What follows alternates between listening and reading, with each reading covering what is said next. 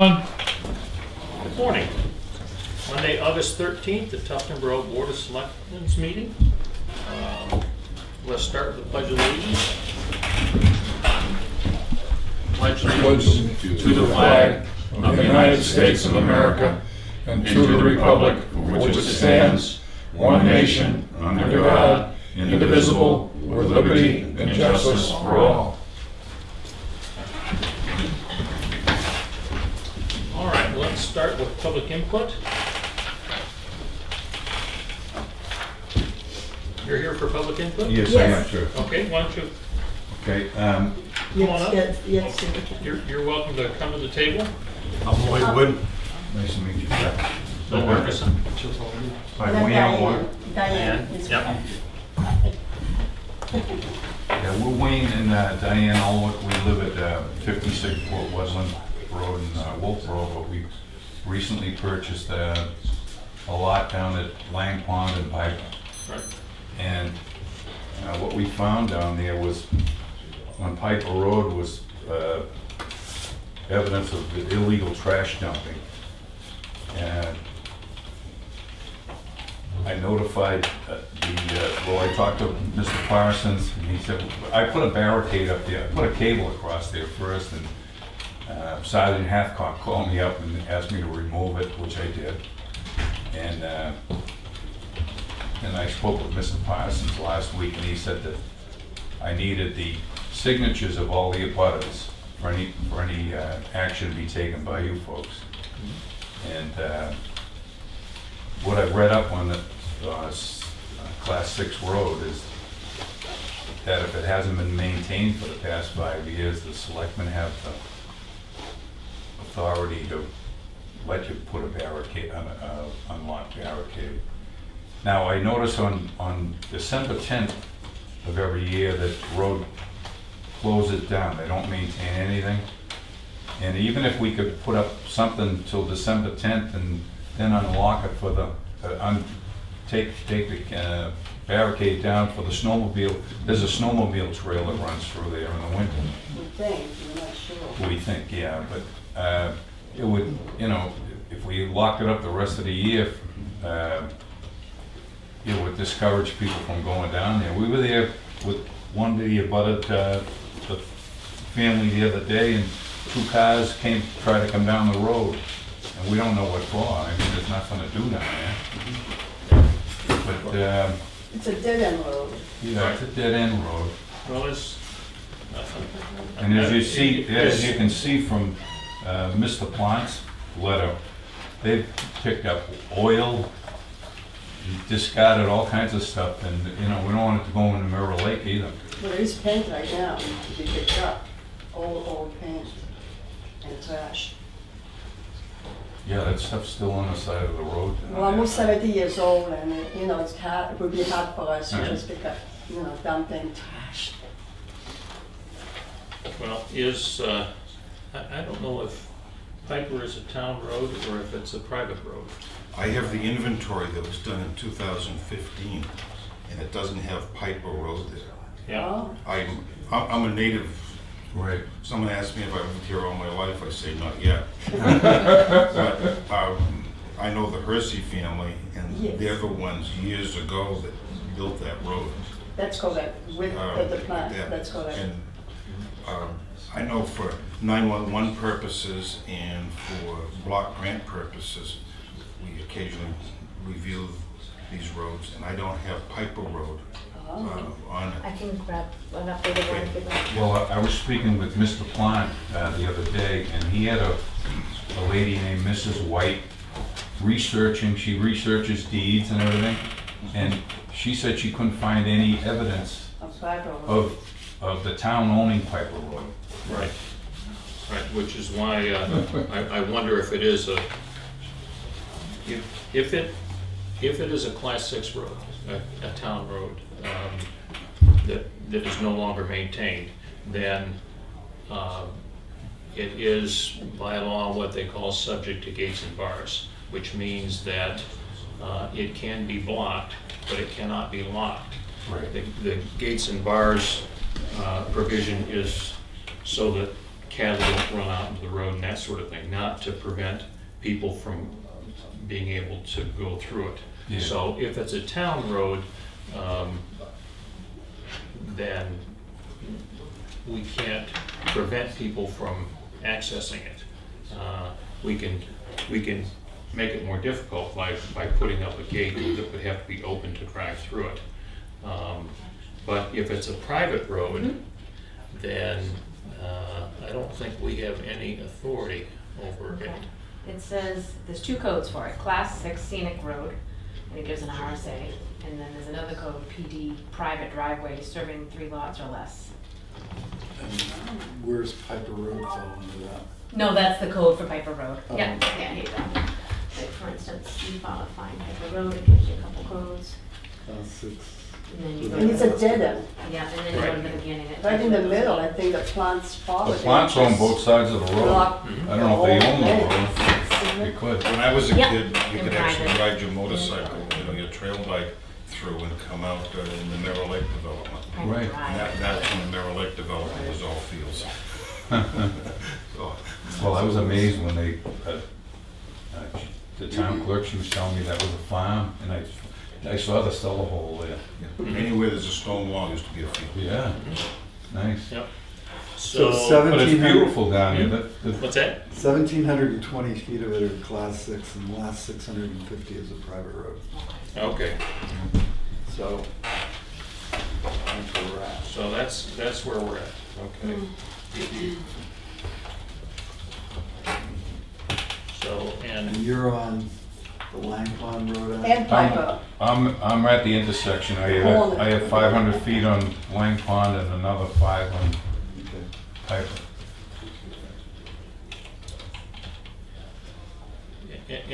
anybody else here that is here with this particular issue? No? Okay. Here on another Um, issue.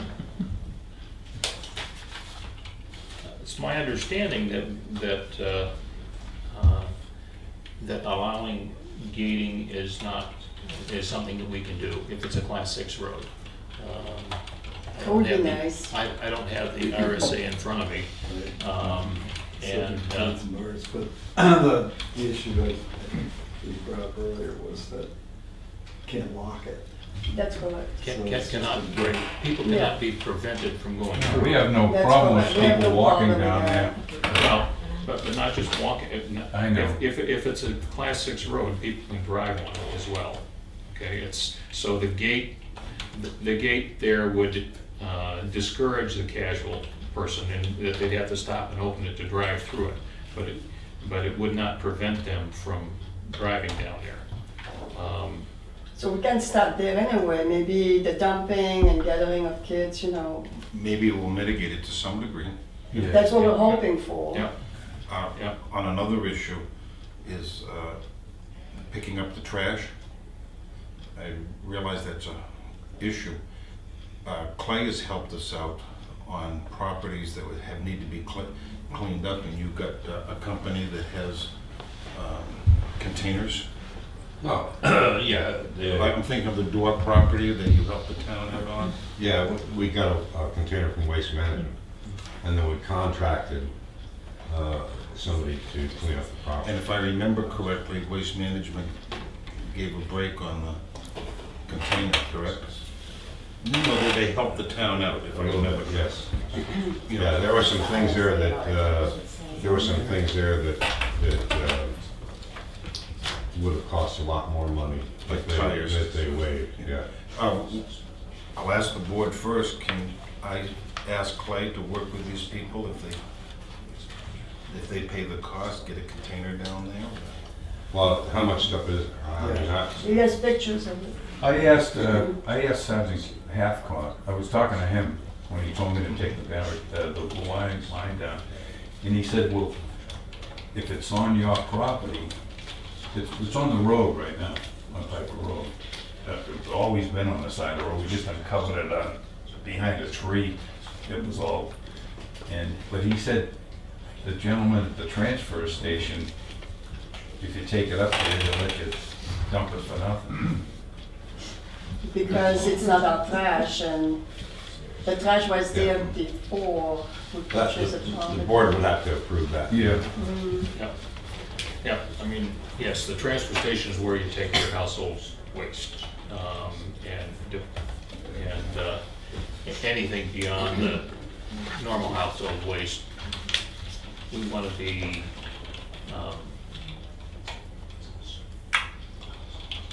purposeful in what we do and not say anybody brings anything anytime and, Right. you know, the door's open.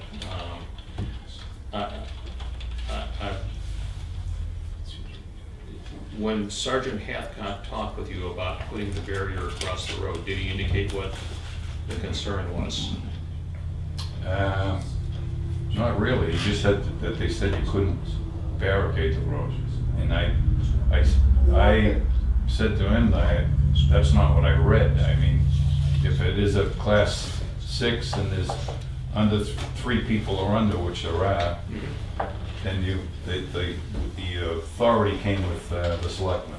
Well, We can here's, do it, you can't. Right. I think Right. That's what he said. Oh, that's why I took it down right Yeah. away. I was yeah, all right. more than compliant to do that. So, I can add to that discussion. go ahead. Prior to me being a selectman, other people had done exactly what you talk about, put a wire across the dumping. And the Hersey family successfully came to the Board of Selectmen, and there was no proof that it was a town road. The selectmen instructed the police department to have the people take the barrier down. Now, there may be more research or new information.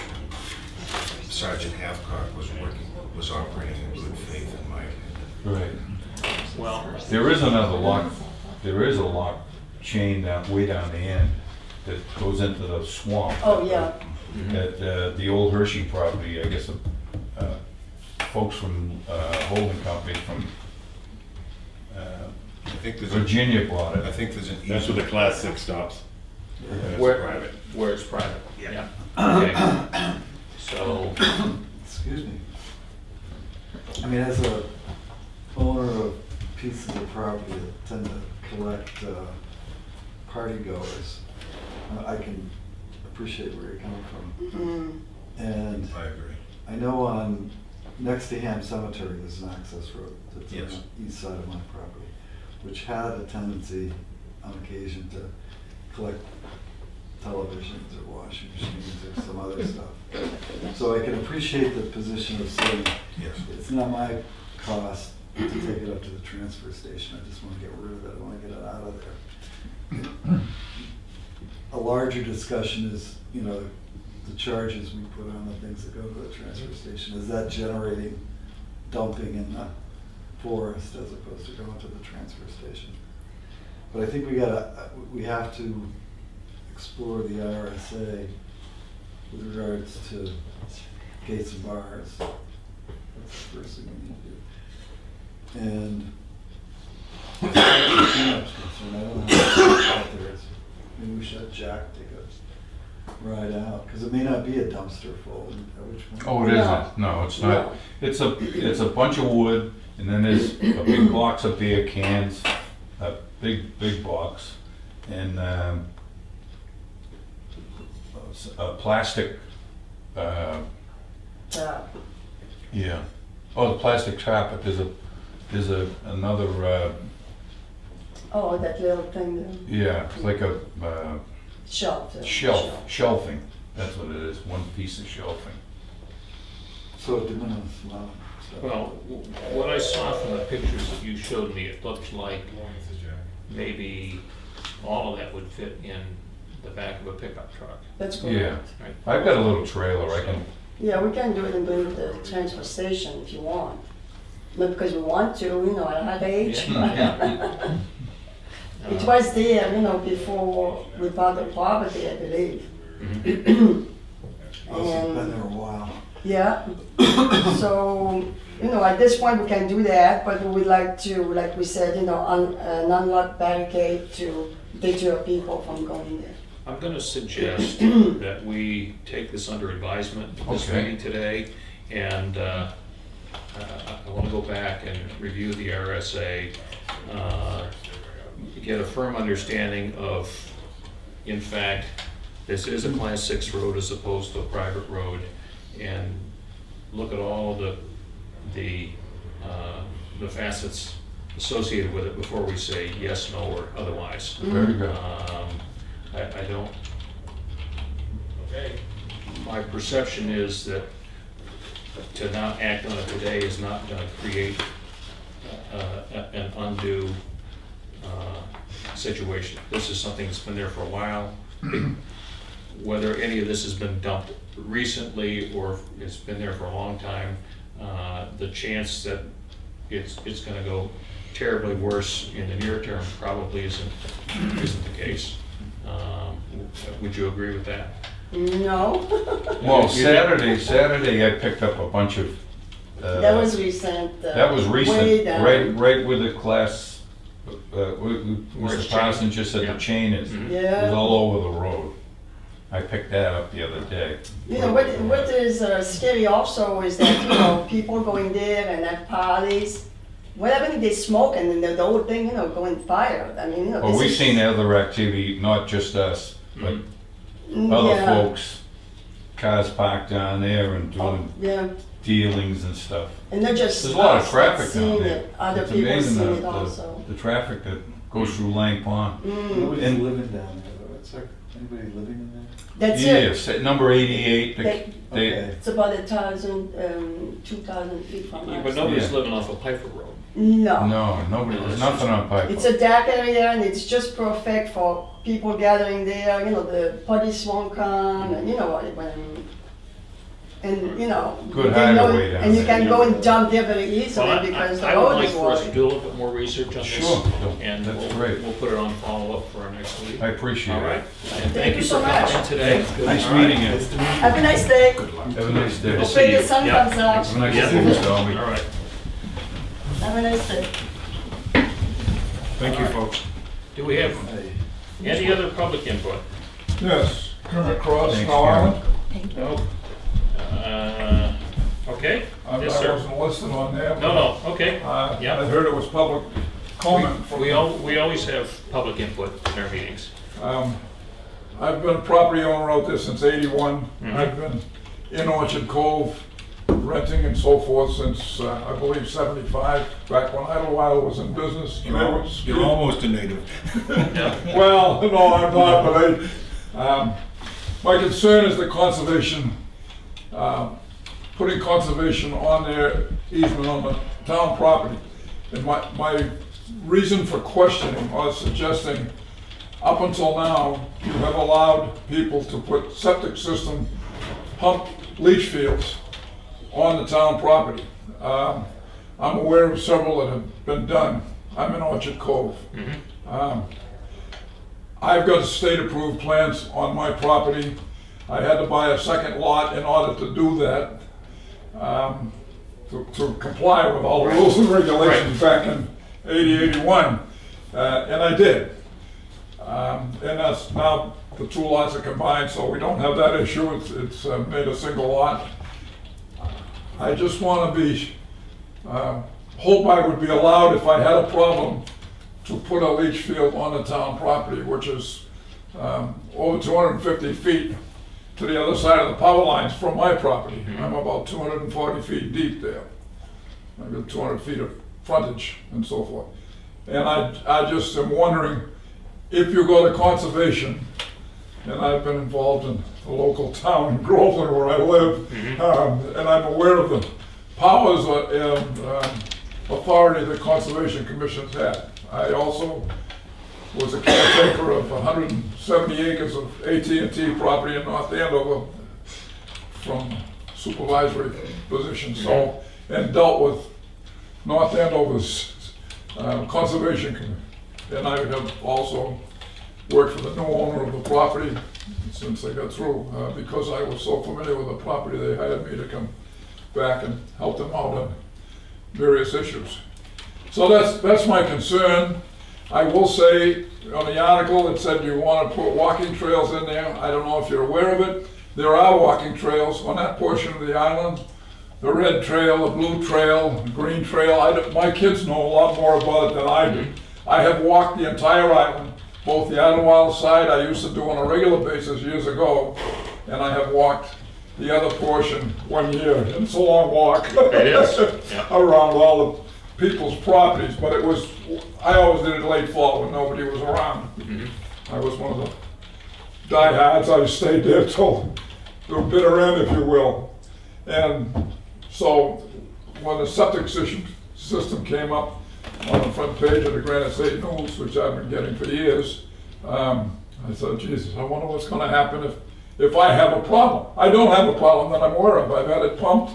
I had it numerous times. It's due to be pumped again this year, and I try to maintain it. So that's my concern, and I just wanted to be aware of the walking trails. That's really all I have to say. Well, thank you for coming in, and what I will tell you is in the initial conversation that we had with the Conservation Commission with respect to this, we did talk a little bit about the existing easements that we have on the town-owned property for leach fields and the desirability of continuing to have that available as an option in the future.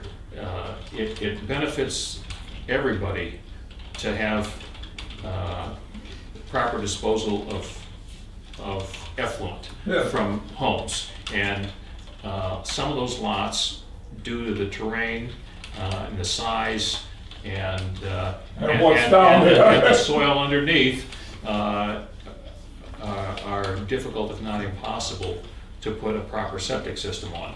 So there's a strong, in my mind, there's a strong public purpose in having the opportunity to put leach fields on the town-owned property, and I know there are some that have been done in the past. Well, I know of several, right, living in the area and so forth, and having walked and been aware of what goes on out there. I'm a facilities person, just so you know. Okay. I worked at Mara Vista for 3 years, and I've been called back year after year because I designed some of the water system up there. So okay. I have worked in town also, and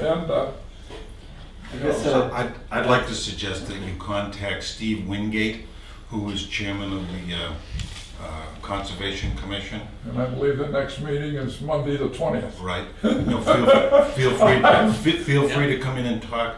I can share with you that he's a retired forester. He's a native of Tufton Borough, and the Conservation Commission, of which I'm a fairly new member, has worked very hard over the years to work with our citizens and our landowners. And I think they'd appreciate hearing from you.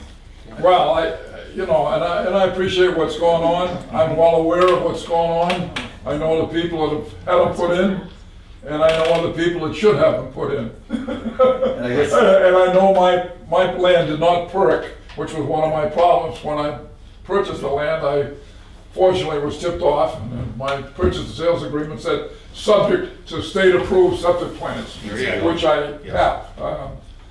And Tom Hunter put it in. If you go back, and the Hunter family I've known for years just because of Tom and Steve and Jeff. I worked in Mara Vista and so forth. I guess from my perspective, I'm in agreement with the chair that we need to make that land available, but I'm going to go a step further. With the water testing that came in on this dispute about windswept, I think we're marching closer and closer to mandating the review of these septic systems out on Cow Island. And if we make available the property to make these septic systems come into compliance, then there's no reason people shouldn't be in compliance. I met on a regular basis with John Bridges for many, many years. And I can remember when I walked in the office the year he passed, Betty Ann said, I have some sad news for you. I know you're here for your annual visit and so forth and talk, and she said, unfortunately, he passed away. So she's aware that I'm, knowing, and I had been discussing this issue with him on the island, only because of what I know, some of what has gone on there.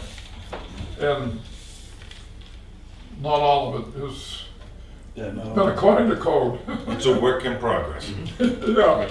So that's why, that's my concern. So And I just wanted you aware of from it. the standpoint of the conservation easement, I mean, Steve's gonna have to make sure that that's an available option. I know there's, Yes. you know, And that was legislation consistent about- with the initial conversations we had with them, is that. That's my concern, that's why That I'm would be here. a permitted use within the easement.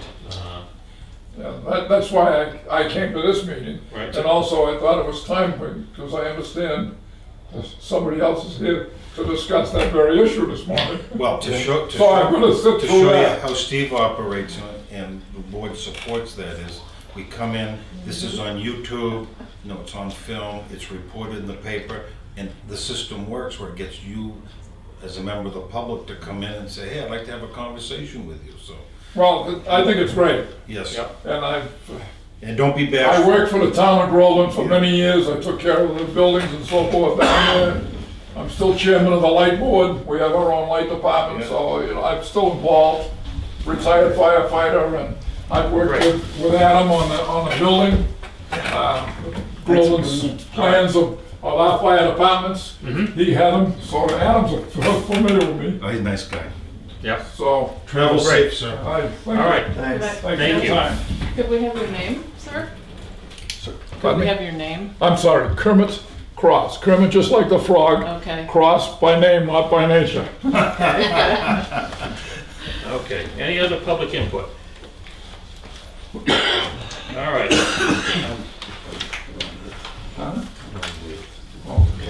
Let's move on to review and approval of minutes from the July 30th meeting. I had nothing.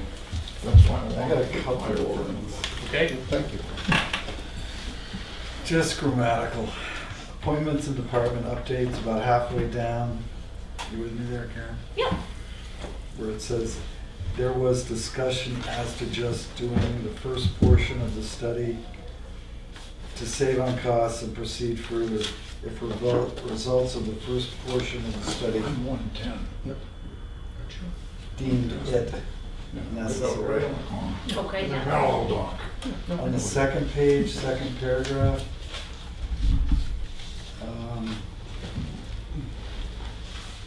1, 2, 3, 4 lines down.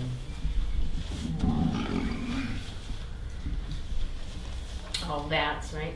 So it's that. Should have been that Okay. and stuff. Larry Gill regarding beaver issues and speaking to Bergen Road resident regarding a mailbox that was installed too far into the road. Add to that right of way. And further down in the paragraph where it says the six-wheeler is not currently being used as it is to be safety checked before any work is done to repair it instead of fix it.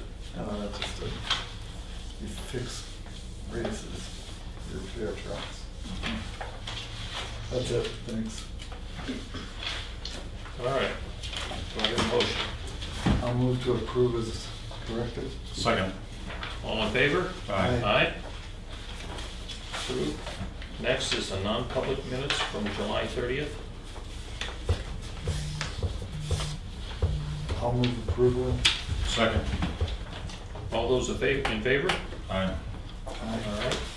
All right. And do we need to have them remain sealed? All right, lawyers,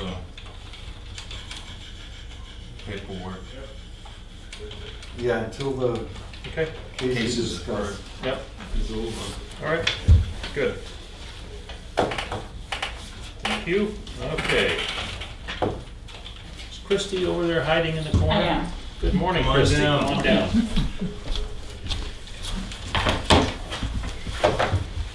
Happy mid-August. Thank you. I heard from a lady yesterday that comes to your establishment. Oh, thank you. You what? A lady who comes to your establishment. They see me everywhere. I mean, yeah, she's a Boolean. Good. I'm just happy. What we'd like to hear. Okay, starting with the statistics, as you can see, July was another big month. Even though it didn't rain very much. Your volunteers are on vacation? Yes. The magazines, the downloadable magazines started in July, so we have a few people who are looking at those, which is nice. Hopefully that will improve. There are 40 subscriptions that are available on any internet-connected device right now. And they're available all the time. You don't have to reserve them, unlike other Overdrive items. On the patronage side, we signed up 19 new library patrons in July. And we had Count Week of, we counted 473 people through the doors in 5 days, which is an average of about 90 people a day, which is pretty busy. Do you count young kids as half a person? No, certainly not. Charge admission, make some money. That's right.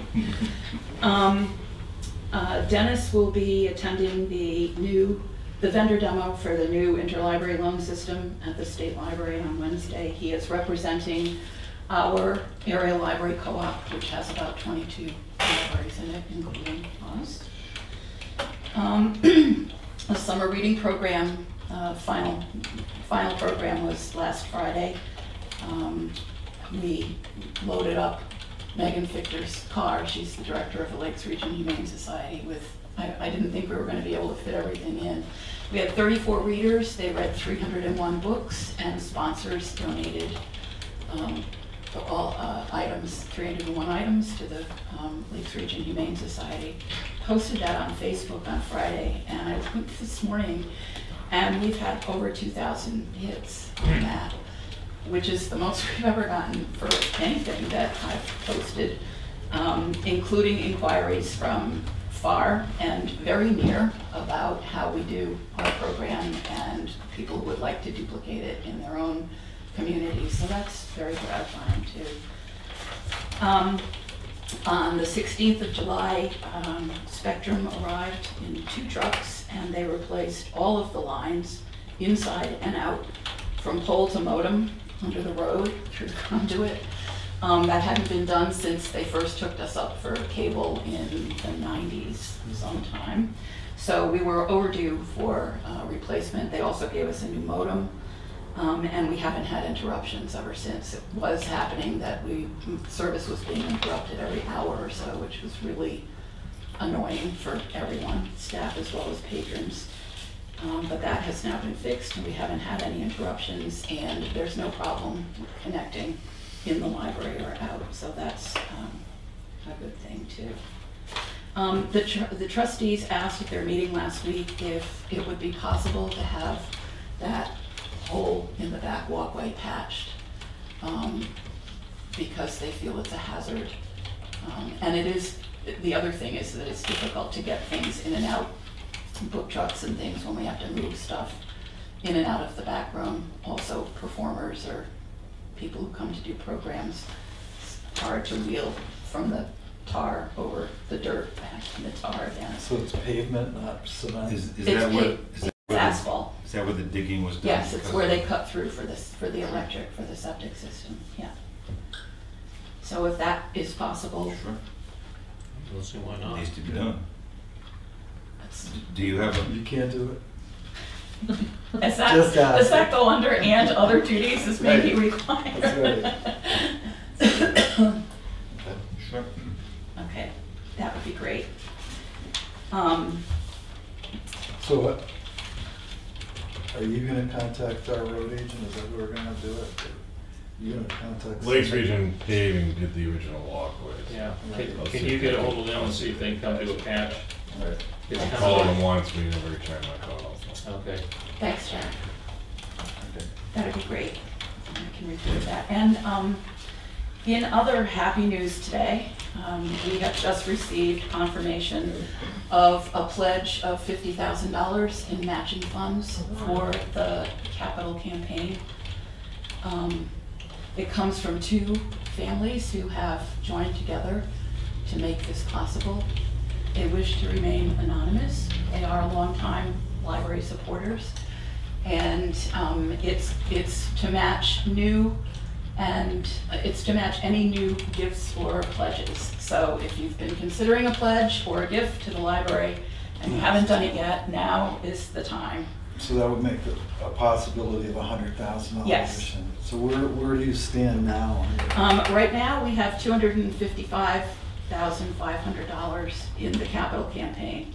That is in addition to the $293 that is invested from gifts and donations from 2007 till last year. In the last year is the new 255,500. So 293,000. 293,000 has already been. Right, you said dollars. So Yes, that's in, yeah. Of the 255,500, about 41 is in cash and the rest is in pledges. And the 290 something is in the capital reserve fund. No, Is that it right? is not. In the capital reserve fund is $419,000. Okay. 419,723, that's the last information that we got from the trustees of the trust funds. That was as of the end of June. So that puts you at $900,000. There we go. $967,000. This for any warrant article would be a 1-year warrant article, as far as I'm concerned. I don't see any need to mortgage this. Exactly. Continue this rate of raising money. Sure. Makes things a lot easier. It does.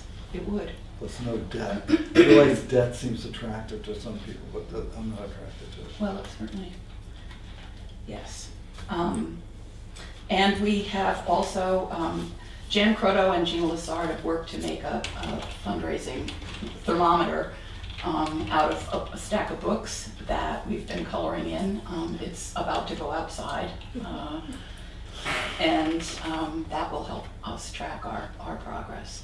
So we're already more than halfway there. The goal for the capital campaign is 500,000, and we're now at 255, exclusive of the, as I said, the capital reserve fund and previously accumulated funds of almost 300,000.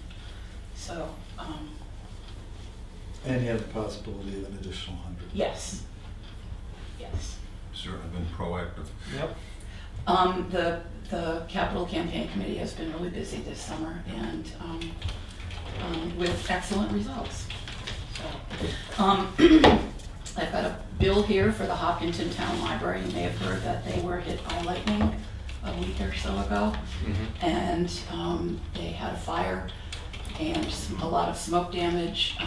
Everything in their interlibrary loan bins exploded, including a couple of our books. So just heard from them saying, these won't be coming back to you. Please send us an invoice for, and their insurance will pay for it. So that's what this is. And I also told them that whenever they're ready, they're welcome to come up to our book sale and take whatever they want, because we only have good-looking stuff in there. So people are all ganging together to help out Hopkinton. They'll probably be closed for 3 to 6 months. Another one of our So books. did they lose all their books? All of their entire collection has to go out to be treated for smoke damage, including another one of our books that was on loan to them that was on their hold shelf. It didn't blow up because it wasn't in the bin yet. It was on the hold shelf. And there's another one that they have that's out to somebody, so we'll get those back eventually. So we don't have to worry about those hogs of books, getting rid of books. We can just send them out to Hopkinton. That's right. Good idea. That's everything, unless you guys have questions. No, thank you. Okay, Thanks, Christie. Thanks. Have a good 2 weeks. thank you. Jack, come on down. This is for you. This is what I sent to Brandon. Good morning. Morning.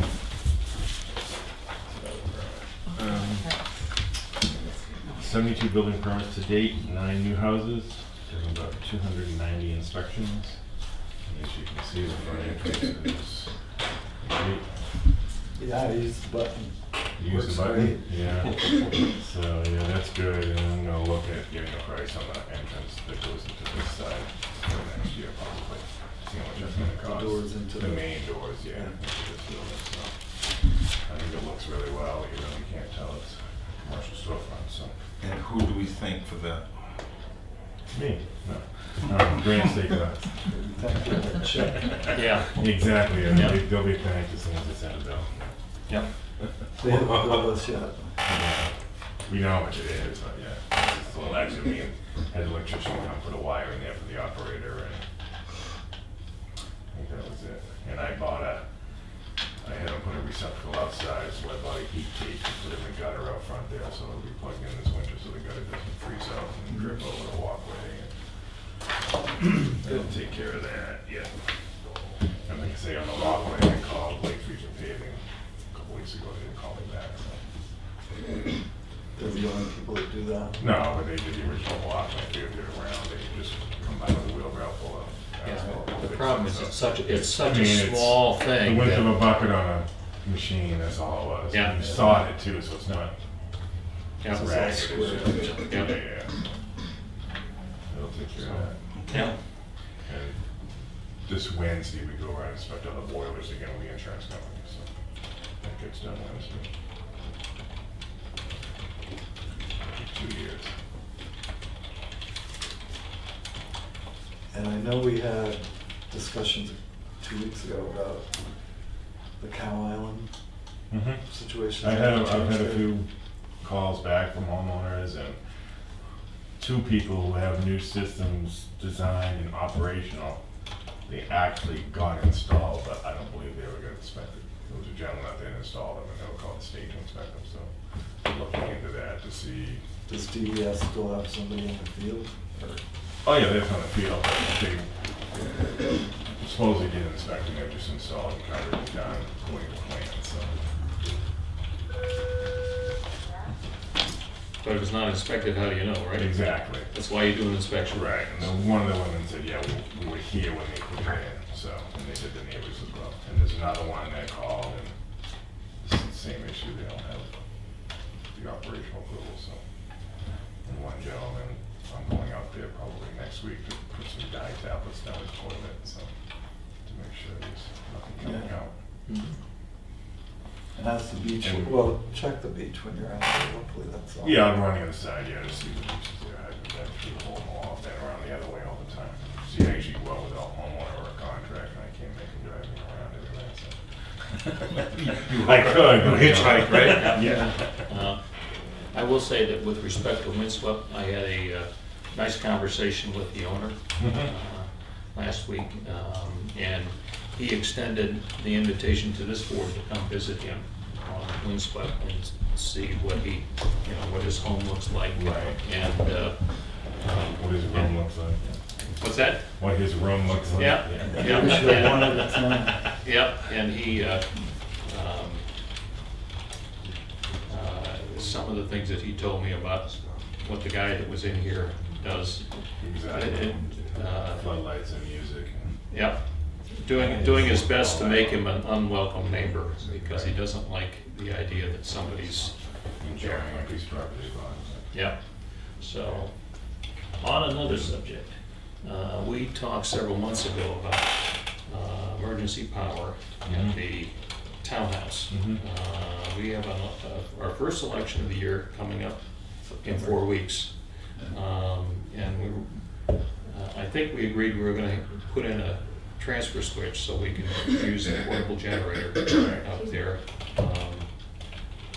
We're looking into, we've had an electrician go to the transfer station, highway garage, it's there. And the townhouse really needs new service. Need a socket and all that, so when that gets done, we'll put a transfer switch in for a automatic generator. We don't really want a portable generator there because in the middle of the night when the power goes out, the pellet boiler, and that building's not that well insulated, it cools off very fast. So, So you're thinking of permanent generator? yeah, it doesn't have to be a big one because it only has to run the boiler, well, a couple of receptacles, it's not like something like this, so. Right. So you don't think the portable generator is? It's not worth it to put a transfer switch in just for that, it's worth it to do. So have you contacted the co-op about putting in a new service They center? don't do this. Oh, so it's not a new, It's not the From the- drop coming in, it's the service itself, the new mast up, because the mount for the weatherhead and all that isn't really Right. good, it's wood, so we're trying to do it all into one project.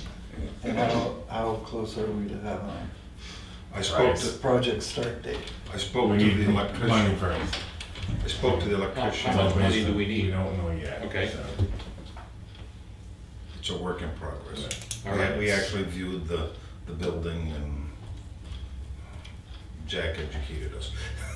So, it's, we'll have a number. We'll see if there's anything left, maybe for this year or something like that, who knows, so. Well, I guess my thought with respect to that is the sooner we get the number, Correct. we Oh, I know. can, then we can identify if we can get it done this year. Right, sure. If we can get it done, sounds like not before the September election, but if we can get it done before the November election. Right. Those are the election days are the times that, from a use of the facility, are critical. Not, I mean, the But boiler. the 2:30 in the morning when the power No, goes no, out is I don't disagree with you. my favorite. I don't disagree with you about that. I'm Right. just saying, in terms of what we had happen a couple Right. of marches ago, when we were counting ballots by flashlight. Right. Because the power was out. Right, see, the problem with not doing a whole building generator there is, there's two services, the boiler and things run off a panel that's in the basement where the boiler is, and the rest of the building runs off a panel in it upstairs, so. And the only thing that connects those two is one wire, so to put a small portable in, it has to be big enough to run the whole building. That's the issue. Okay, well, All right. fire under his. Yep, so if there's a way to get a number on that Yeah, one sure. quickly, that would be Right. helpful.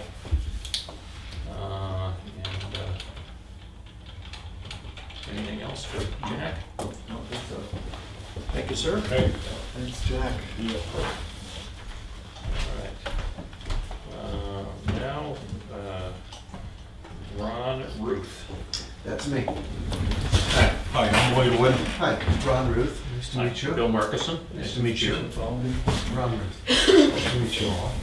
And, Thank you for waiting.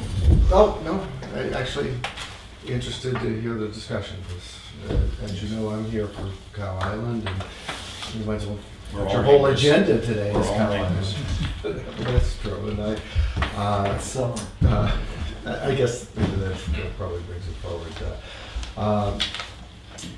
Obviously, Mr. Cross has stolen some of my thunder, but I appreciate that. This wasn't scheduled as a tag team, but it works out well, I think. I talked to Mr. Parsons. I'm not sure if he brought you up to speed at all, but my wife and I are the owners of 119 Cow Island, and we bought that just over approaching 2 years now. And it has a privy, and my wife is a Palmer by birth, and her family has owned the adjacent property since the 60s. And that property, to make a long story short, uses or has, by virtue of an easement from this board, a septic system on the adjacent lot. Leachfield, On yeah. Leachfield, I'm sorry. So it occurred to us that maybe it would be a good idea to do the septic system for 119 on the town's property, because it serves, for all the reasons you were just talking about, it serves all the purposes of the Shoreline Act and gets it away from the lake. And 119 is one of these challenging lots. It's a very small lot, and rocks. And so we thought it might be a worthwhile idea, and I talked to Mr. Ames about it, David Ames, who I'm sure you're probably familiar with. He thought it was a good idea. So then I was encouraged from that conversation to talk to Mr. Parsons about it, and obviously he's here and can speak for himself, but it was, I think, received okay as an idea.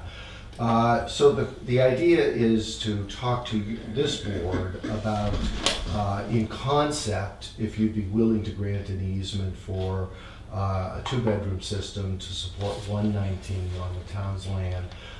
Mr. Ames thought that because where the existing system is serving the adjacent lot, that there's very good soils there. There's about 6 feet of of soil before you hit ledge, that as close as possible to that system made sense to him as an engineering matter. And so today's request is to find out whether this board is okay with that in concept. If so, then we'd ask Mr. Ames to design a system and come back to you for a legal easement. So let me not prolong that presentation. So where's 119? Sure. 119, so this is Orchard Cove. 119 is way back. This is known as the Isthmus. You may be familiar with that. And this was the Idlewild side. And so 119 is back here. The septic system that exists on your property is approximately there. So 120 is your in-laws? Yes, actually 20 and 22, Okay. and half of 23. But this is your assessor's plan. The 223 was split, actually. And is this the power right away? Yes, it is. Okay. Yeah. You guys want to look? Or do you- Sorry, Ready? and so 119 is back here, and then the existing septic system is approximately there. Yes, it is. Okay. So is there any complication? It appears like the leach field would be somewhere around underneath the power easement. No, beyond. No, it goes beyond. Yeah, on the far, the inland The side. line goes through it, but the field itself is beyond.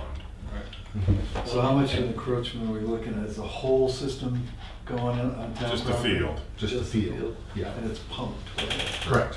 Okay. So I know in the past that the town has granted easements for leach fields. Correct. Honestly, I don't know specifically the procedure that we go through to do it, but. Like I said, they have it designed for us to figure the area of it, and then they produce the easement, and the town signs it and it gets recorded. But Does the it go to cost- you or the planning board?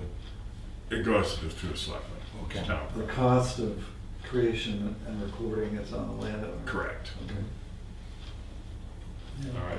And in the past, have these easements had the involvement of the Conservation Commission? I have not in the past, I do not believe. I believe the town attorney looked at it, and that was it. I don't believe the conservation, I don't know. Yeah, I think My conservation question was- doesn't, they don't have any control of this property Correct. currently. No, So until they have a conservation easement and. That's and- correct. And that's, not to expand the conversation too much, but that's not gonna be in the hands of the Tuftonboro Conservation Commission. Once there's an easement created, it now becomes Lakes Region. Whoever holds the Whatever. easement, that's right. So the creation of that Right. easement is gonna have to be pretty, Right, town can't control their own easement. That's right. right, but we still wanna enable This type of use, this correct. type of use. Perfect use. Right. Yeah, it is, but with an easement in place, how many more steps does somebody have to go through to do something like this? With the I guess- conservation, yeah, it would have to be written into the conservation easement that this is allowed. Kind of from A headache. an actual neighbor's perspective, pushes me in the direction of saying, it's not a bad thing that the town holds this property. I don't see it going anywhere, we're not gonna Right. sell it to a developer. Correct. So, whether or not we create a conservation easement or not, I think it's still up in the air, from my perspective. I think we have another one that's recorded. I know there was one done years ago, and I don't know what's on now, but there's one that was done recently that there is an easement here. Last 10 years. We can get it to use as a guideline for what the new And one I- would be. Yeah, and I have the easement from You have the one? one we were involved with in '99. Okay. Yep. Yeah, it's before me, this one, within the past 6 years. Yeah. There are several that have been done, Yeah. from my perspective, observation Hundreds of wise. them done, as far as I'm concerned. We need to Yeah. make sure that, and that's an impact that we can avoid, so. So I will, if there seems to be agreement, this is a good thing, so I will entertain a motion from the board to, Have we gotten that far? I mean, we can, I'll make a motion that we proceed, or. That we allow him to proceed with the design of an easement on town-owned property, or design of a septic system to go on town-owned property. Yeah, I think we still want to review it though, don't we? You want to review the plan, but you just want to grant him that it will be allowed, because you just want to have a whole plan design, and then Right, obviously it's you been a can't lot put of it money there. not having. Correct. Right. Okay, I'll second your motion. Any further discussion? All in favor? Aye. Opposed? Okay. Well, thank you. There you Really go. appreciate it. Thank you for your patience, sir. And Travel safe. thank you. Thanks for coming in to see us. And Thank thanks, you. and It's not thank going to you be on the for, Wednesday, so it'll be an easy trip back. thanks for pursuing proper disposal of Oh, thank you. waste. No, Uh, we're all completely on the same page. You know, what you want. We you are, want the same but thing. Somebody's we reading another continue book. to run into property owners who it's like, I don't want to do that. Everybody likes a clean lake, but if it means I have to put some level of investment into upgrading my disposal system to make it clean, it's like, we'll let somebody else do it. Yeah, and that tragedy of the commons, right? Right, Yeah. exactly. But thank you all. It's a work in very much. progress. All right, Appreciate it. thank you. Thank you very much. Very good. Clay, come on down. Clay and his missiles. See, I need my dark glasses. So you're the lilac dude today. More special. How's the summer been so far? Good. Busy, very busy. Yeah, I had to wait in line on Sunday. Oh,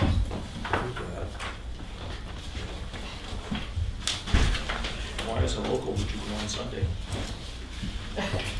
it's the only day my health doesn't show up at work. Oh, I see, okay. All right. Yeah, I should go on Monday unless it No, I normally try and sneak in first thing in the morning on a Tuesday or Wednesday. That's a little quieter. But Thank you, Clay.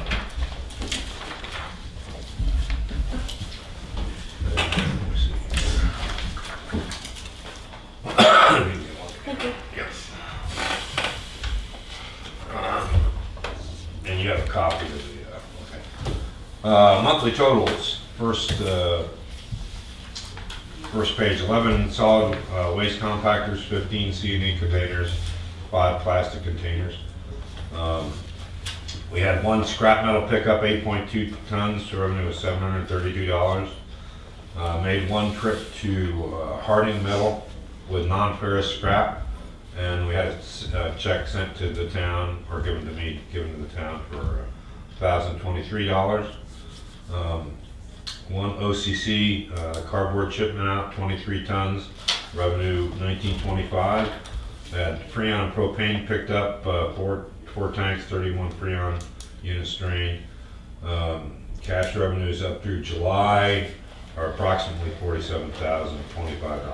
So, I hate to interrupt. That's right right. off the back. I hadn't noticed that there's a separation of non-ferrous and ferrous metals in the metal pile. There isn't. You do that? I do that. Is it? There's certain things we keep, certain things we don't. Right. We used to do aluminum. And aluminum just got, it got too labor intensive, Right. not enough weight, and we just didn't get that much money for it. You know, because you have to have a separate truck come and pick up that versus the scrap metal. So we put all the scrap metal together, and when I say non-ferrous, it's power cords, copper pipe, brass pipe, motors, anything that is non-labor intensive Yeah. to get and collect, and then at some point in time either have one of the metal yards pick it up or take it down. This last one, we made a trip to Harding Metal and had all the stuff organized. And the non-ferrous primarily is copper, right? The copper, aluminum, brass, Okay. anything non-ferrous is non-magnetic, Bronze. basically the thing of it. And power cords, there's different levels of cables, there's power cord, shop wire, You get a certain rate for that, or 65% copper, which is a bendable that stays bent. You get a little more money per pound for it. And then you get the big copper inside of a rubber that's straight part. There's a lot more money in that. And the copper itself, copper pipe, you have number 1 copper, which is pure. Number 2, which is the soldered joints on another piece of copper. And then 3, copper 3 would be brass fittings for valves or anything like that. So we tend to collect a bunch, and then let's say a Sunday morning when we're not busy, I'll grab one of the guys who put the table out, get the chop saw out, and we'll take that piece of shower pipe and we'll cut all of the number 1 pieces out, throw them in one bin, and then we'll cut the joints, throw that in number 2 bin, and then the brass fittings or valves with a piece of copper on it, throw it in number 3. And you get a different rate for each one. What do you figure you took down, about a ton? 852 pounds total. I think it A was. little more than $1 a pound. Yeah, well, the copper, the number 1 copper is 3 something a pound. But And you're all wearing eye protection when you're absolutely, on this, absolutely. Yeah, the goggles, goggles and gloves.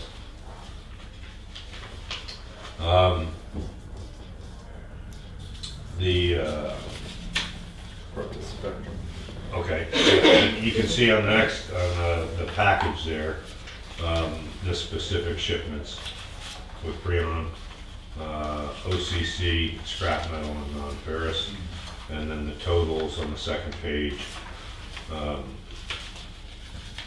And you see that in the fourth line up from the bottom on the second page, non-ferrous turn-in, parting metal, 842 pounds, $1,023.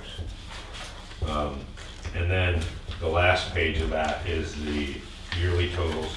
Of course, where the red X's are, I just got the waste management bill for July, so I haven't been able to have those tons in yet.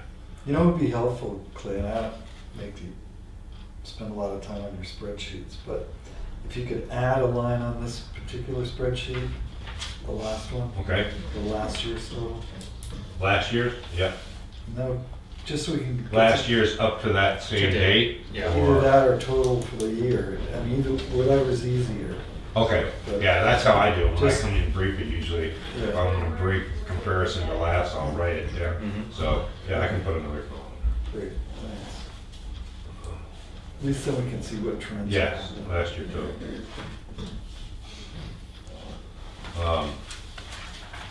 Okay, that takes care of that.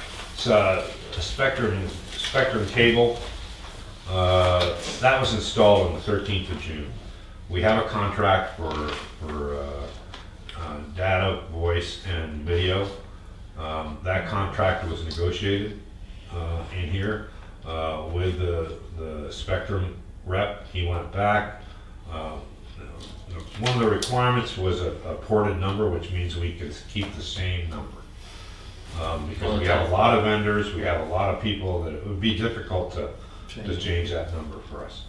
And so we turned down the first 2 offers, the first 2 options for offers. They went back. We realized there was a significant discount if we bundled all 3 services together, and we actually got it for the same amount we were getting just data and voice for from our other service. He came back with 2 options. We picked the third option and signed the contract, which included a ported number. To date, we still don't have that. Now, we have to maintain Fairpoint or Consolidated until they port that number. Or you lose the number. Or we will Lose the lose the number ability. and not have the ability to get it. So we have to maintain that. Under his direction, under this guy, the guy's direction. Middleton, right? Right. So it's been, it's been close to 2 months now since this has been going on. What can the And- selectmen do to move the process Well, along? I would recommend that we get him on the phone and talk to a selectman. If you want to do it, that would be great. And say, hey, what's the story? And I don't mind keeping bottom line the way it is, as long as they pay the bill. Yep. I mean, if Right. it's over 30 days, they're gonna start paying for it. I mean, I don't see why we should have to pay.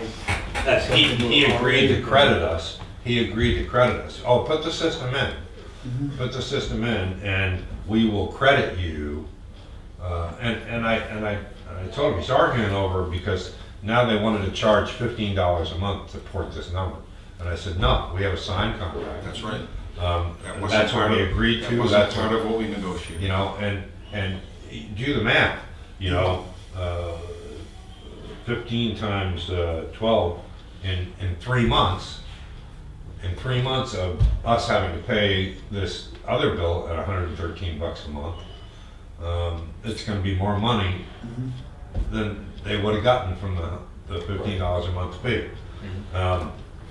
So it just needs to be pushed up a notch. My understanding, and correct me if I'm wrong, this contract doesn't go into effect until we both meet all the terms and conditions. Well, am I right? I would think that would be right. I mean, as soon as they get this number ported, then my next sentence is going to be, okay, this is when we start the contract. Right. Because we haven't had this service that's part of the contract until now. So our 3-year clock for the contract doesn't start till you. I like your idea of, we'll send them the bill and say, these are the Or bills that deduct we it put. from Well, what they're charging. Yeah, he said, you know, he has said in emails that he would like a copy of the bills. And I said, that's fine, but what's more important to me than the copy of the bills is you getting us to the number, Right, get it done. and then we'll get it done. I mean, that's a matter of, When I spoke to Clay, I shared with him, I prefer to take the credit. That way it isn't us paying the bill, getting a check that goes in the general fund. Now, it's only pennies Well, we're not compared gonna to. get a check out. no, it's gonna be credit. Yeah. You know, it'll just be Even if credit they- for the, We're against gonna their get bill. a check, it would probably be 6 months from now. Well, we've never seen it. So, my recommendation would be if we could get, if you want to volunteer, somebody wants to volunteer, to just get on the phone with this guy and say, I'm a selectman, what's going on? What's the problem? And when you and I don't talked run a last business that week, way. you thought he was close. Yeah, he said, I've got temporary, but I have to, one more ring to go through, and it usually takes 2 business days, and that was a week and a half ago. And I messaged him back saying, great, that's fine, I'm tasked with working the selectmen on an update on Monday, can you get back to me? That was last Wednesday, and that was 4 days into his normally 2 days, you know, and not a word. So, I just think he needs a nudge. It just doesn't make sense. From a business point of view, it doesn't make, it doesn't make sense for them to keep dragging their feet over the issue. So that's what I would recommend. So Lloyd, you want to take that on as a conversation? Okay. I will be glad to. Great. And I'll give the guy's name. Well, Karen, you have it. I was gonna offer too, when we had trouble at the beginning and we just weren't getting anywhere, I got through to the VP of Government Relations, Yeah. and that seemed to Rodney? change. No, it was a woman, Is that in so, Spectrum? right, Woman named so, Rodney? pardon? Oh. So, if it gets to that point, Yeah. You know, if you've had some success, I'll be glad to work with you on that. okay, well, whatever you guys wanna do. Yep. okay. But the details are, our current bill is $113 a month. And we have to pay that and pay Spectrum. So, if you just simply do the math, the $15 a month extra fee that we're not gonna pay, how many months have we already gone through, so. Island Day, I briefed that before, that was, went off on the 19th, and it was, went very well. We also had both of our hazardous waste days, 28 July in Meredith and 4 August in Ospey, and that went great. The weather wasn't stupendous, but there was a lot of participation. And from Kerry went to it, Kerry Long, and he said it was very, very good. And there's still the Wolfboro, That's third Saturday of the month through October. I know several people that use that. And they pay, but Pay as you get go, pleased. New procedures for mixed paper and glass are going very well, and hardly any problems with that at all in the last few weeks. So, and we're in the deep part of the summer, so I don't see any problems with that. Last item, I gave you a separate sheet of paper for the CD discussions that we've had in the past. Basically, hopefully you had time to peruse it and look over it a little bit. I apologize, there are some typos in it, but I wanted to get that done for this meeting, and I was interrupted about 50 times yesterday in the middle of trying to work the issue. But as an overview, we met numerous times and we've discussed the C&D, and there's basically two different issues. One is a budgeting issue. When we have a lot more volume in a year, that affects the budget for the next year. I think that problem is solved because for the last 2 years, with the board's urging, we bumped up the budget accordingly.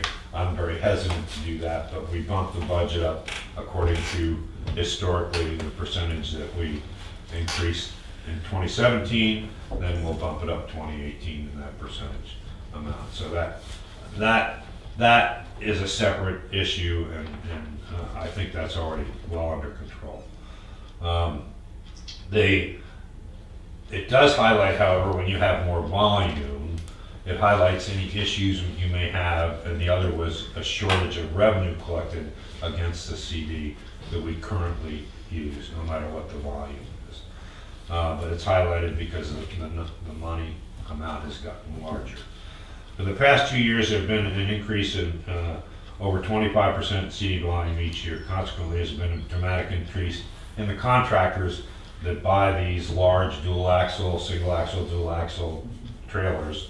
And they are basically taking the business away from Waste Management, Home Depot, or Home Dumpster Depot, and the other outfits that supply containers to on-site jobs. They're putting the stuff in their own trailers and bringing it to us, and they collect more money from the homeowner and less money give to us, and so they subsidize buying their trailer that way, and they make money out of it. A logarithmic increase in the number of those trailers in the past 5 years. When I first got here, you could count maybe 2, 3 of those trailers. Now there's well over a dozen on a frequent basis up to the site. I did read this pretty thoroughly. Okay. And I'm sort of in agreement, but I don't think you fix the problem when you just want to estimate. Whatever the estimates are, I think it's going to be, we're always going to run into, until we get exact weights on these things, we're always going to be running into a revenue shortfall. Right. Secondly, should we start talking about permitting? The dramatic increase, I look at roofs don't get permitted. No, but if somebody wants to do a project in town that's gonna create waste, like a roof or interior stuff, maybe we gotta permit it. Well, I can tell you, I can just tell you from experience, 90% of our problem is with roofs and shingles, because they're heavy. It's extremely heavy, and weight and volume, it just doesn't compact. So a large portion of our issue is these large trailers with overloaded weights, where we're charging for, let's say, 2 tons, and there's actually 3.5 tons in the trailer. Right. Now, you can do the scales, I mean. I'm just saying, if you want to avoid having somebody come from out of town, which I think you've got, because you can't have that much growth, with 9 new houses and 72 building permits, you can't have a 300% increase. Yeah, but not one of those is what affects the weights, really, is the shingles. Okay. Yeah. But do we have 55 or 60 roofs going on a year in this town? Well, we have quite, well, there's quite a few. I mean, somebody's got to be accountable for where this stuff's coming from. And I don't think we've got a handle on that yet. Right. So, Yeah. I mean, do we But, put something together that says, okay, if you're a homeowner and you're gonna get your roof done, or if you're a contractor and you're gonna do a roof, we need a name and an address, we need a Right. place. can I go through this first and Sure. and then maybe we can solve that? But I think that's a separate issue. I brought that up, 4 or 5 years ago, where there are some towns that have that online, okay, where they have an online database where Wolfboro, for example, can go online and they can check their online database and see if there's a permit for that address and location. Where we don't have that, we don't have that capability, and that's a huge investment, and I'm not sure that. Well, anyway, if I can, let me finish this. So we've gone over in the 2 years that I've been working this issue, numerous different avenues or possibilities for correction. And so from my experience in the past, I like to give courses of action that we could possibly take to solve the problem. And then that gives a better idea for deciding. We can purchase weight scales. All the information about weight scales, we've looked at the scales, we've had the scales guys out. It's a huge expense, $80,000 probably minimum for the material, for the scales itself. Then you have labor, and you have to dedicate labor. There is no getting around that. Every place that we have visited, the weight scale, there is a guy sitting in the weight scale the entire time. Well, and you and I have talked about this particular approach before, and one of the challenges we as a town have is we're a small town. Right. So the amount of requirement we have for the scale, while it's continuous in terms of you always have to have it there and available, doesn't get used that much, as opposed to a larger town where they're kind of continuously going through. Right. So I think that can be a factor on that as Right. well.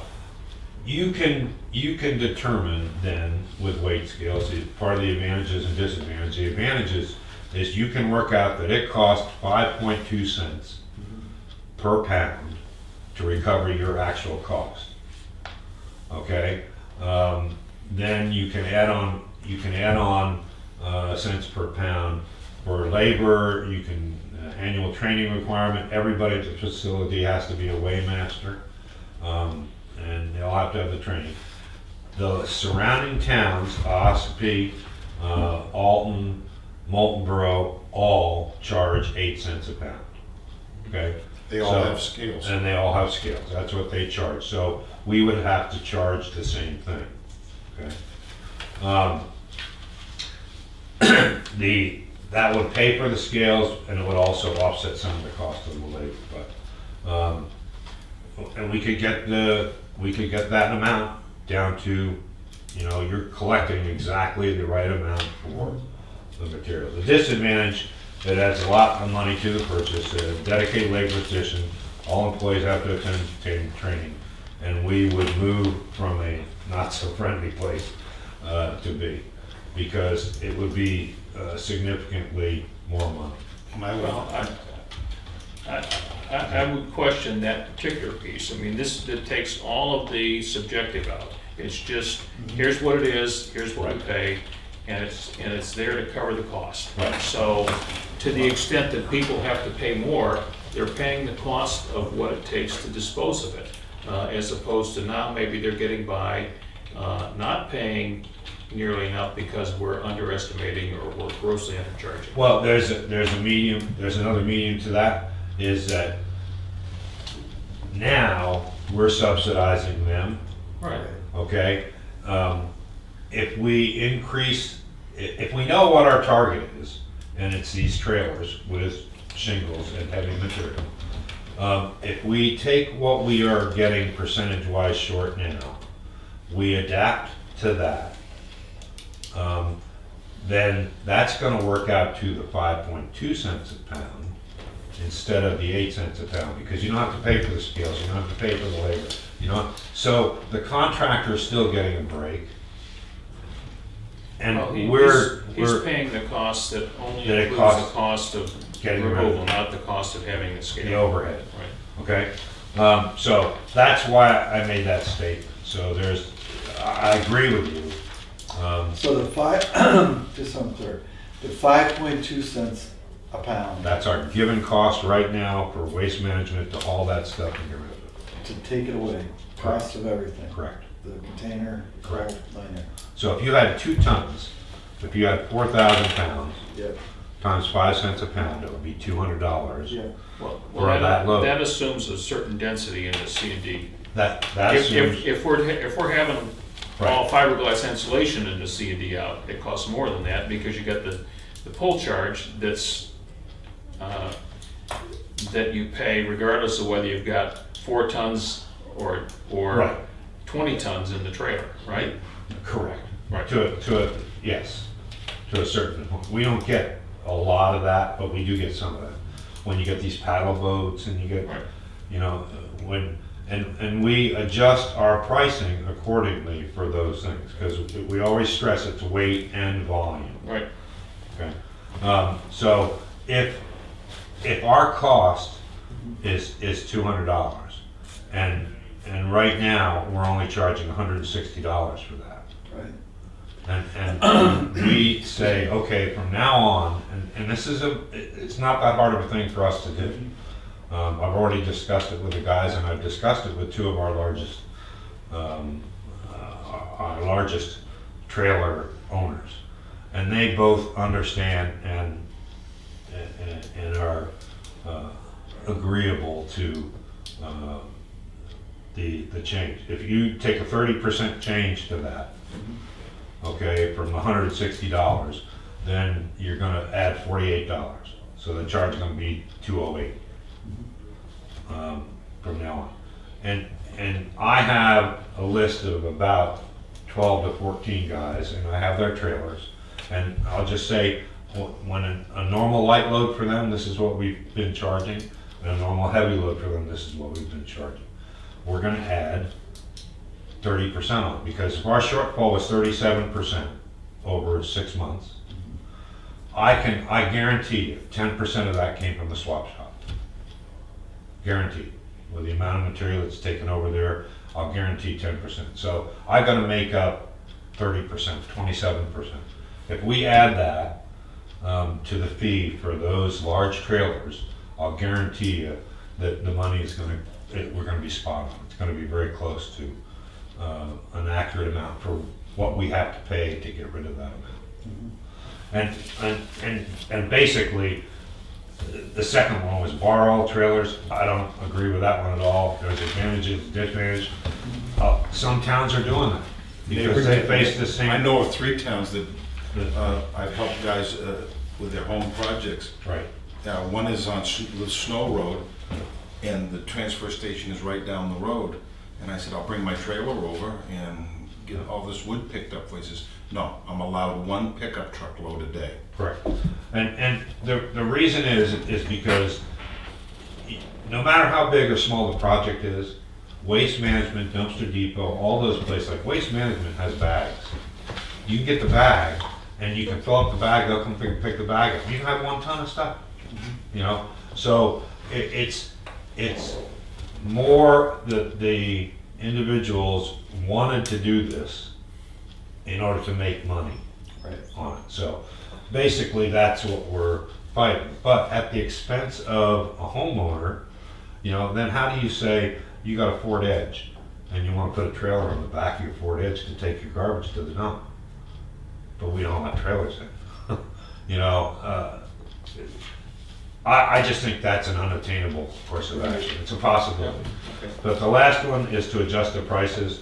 And what I said, I've already gone down the chart, and I've already done the basic math to So I think fix the problem. And if we charge, if right now we're charging $200 for 2 of our individuals for a large trailer, and $200 you say, okay, that should carry 2 tons, you know? And we come to find out it's actually 3 tons or 3.5 tons on that Especially with trailer. sideboards. When they put 3 sideboards up and the axles are bending, okay? And then you figure out in discussions with them, in other places that they want to jump jobs for you, you know, this is 3.5 tons, and they haven't done the math themselves. You know, but it's $380 or $400 here, and it's $200 with us.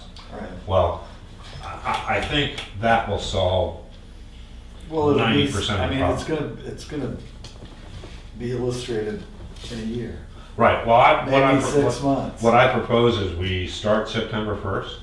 I'll take a cutoff list of the numbers of CD that we've collected so far, what it's cost, and we'll go from September 1st to January 1st. And we'll do a test and see.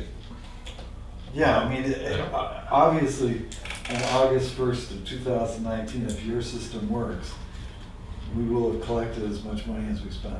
Right, But if we haven't, then we have to talk again. yes, you know. Well, and And, what you you're- know, what if we're only suggesting- $1,000 off, you know, we're still guessing. Right. But So- we're not gonna be $25,000 Right. off or So, $20,000. I think what you're suggesting is that the 4 months that you're gonna start this and do it this year, ends at the end of December, Right, will give you a pretty good snapshot of whether you're covering the cost. correct. And if we're not covering the cost, we can make a further adjustment, Yes. right? And If we need to make an adjustment in the budget, it's still, there's enough time from January 1st before we finalize the budget that we can make some Right. adjustments in there. Right. Well, I'm gonna extrapolate out for our budget. Right. See, again, we're mixing the 2 issues. The budget is a different issue altogether. That's a volume issue, and that volume, I'm gonna extrapolate out It's a volume. in our It's a original. volume and a cost. It's not a charge issue, but it's a, Yeah, because our revenues don't come to us, it comes to. well, it comes back to the town. Right. Like all the revenue does. Right. But, you know, waste management, you know, what they charge you, and that's a cost issue. Correct. As well as a volume thing, So, But waste management's a commercial operation. Correct. So what they're gonna look at is, what's it cost me to get rid of this stuff? How much is it gonna cost me to replace the facility? How much profit can I make? We aren't entering, when we're talking 5.2 cents a pound, we're not entering into any replacement costs. So these Correct. guys are actually avoiding 3 cents a pound in cost at our expense, because we're not if adding. it goes up 3 cents a pound. No. We're not adding in anything for the facility, Right, anything for labor, anything for equipment. correct, We're not adding anything in for that. We're just doing pound for pound. right. And- we're just covering the cost of removal. Right. So, So- right, but that's, let's say that's 5.2 cents now. Right. It may be more next It year, may be 5.25 cents next year. depending upon where waste management goes But on when it there. comes, okay, let's separate CD from trash. Okay, Okay, we don't have to take any CD. right, At which point we would avoid all of the costs for that part of the facility, that part of the equipment, that part of the labor. absolutely. So if we're going to assume that responsibility of taking CD, Then you have to add some on for it. should we add something? Yeah, that, I Should we believe be at so. 8 cents a pound? I mean, that If- seems to be a reasonable rate. If we were to take 8 cents a pound, I would say we could justify taking the 8 cents a pound if we bought scales. But not buying the scales and just having, because, Yeah, we can't estimate it. right. Right. But you could certainly say 6 cents a You pound. could is say a 6 reason- cents a pound, is- or is you a could reasonable- establish a certain range there where, and that would be the further adjustment to our.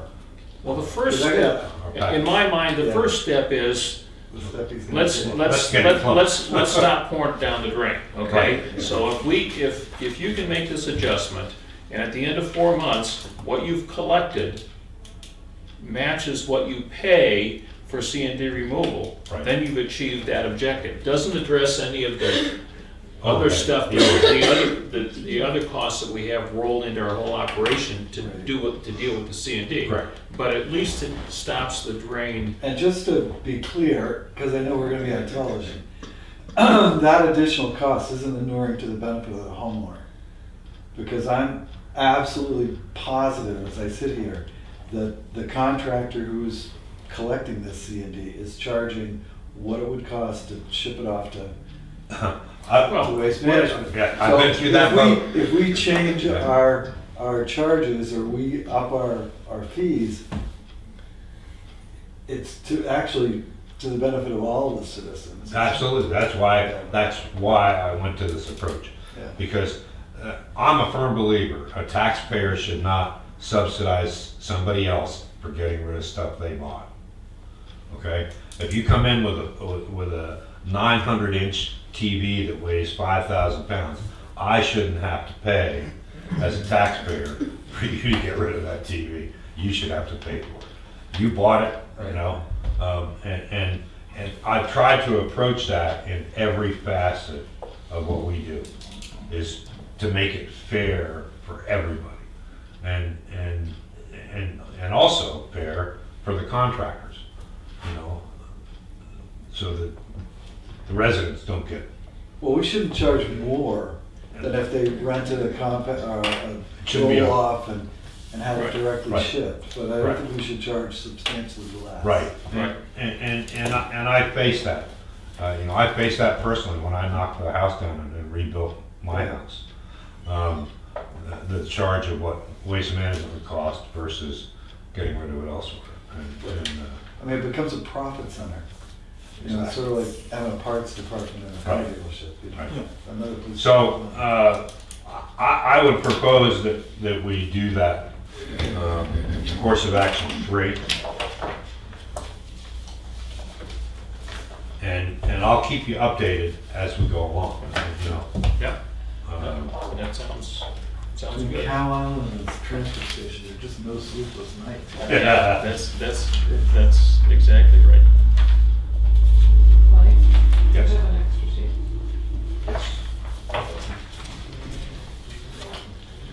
Can I ask you a question? I'm totally, I mean. Well, are we gonna Go ahead. vote on that, or are we gonna?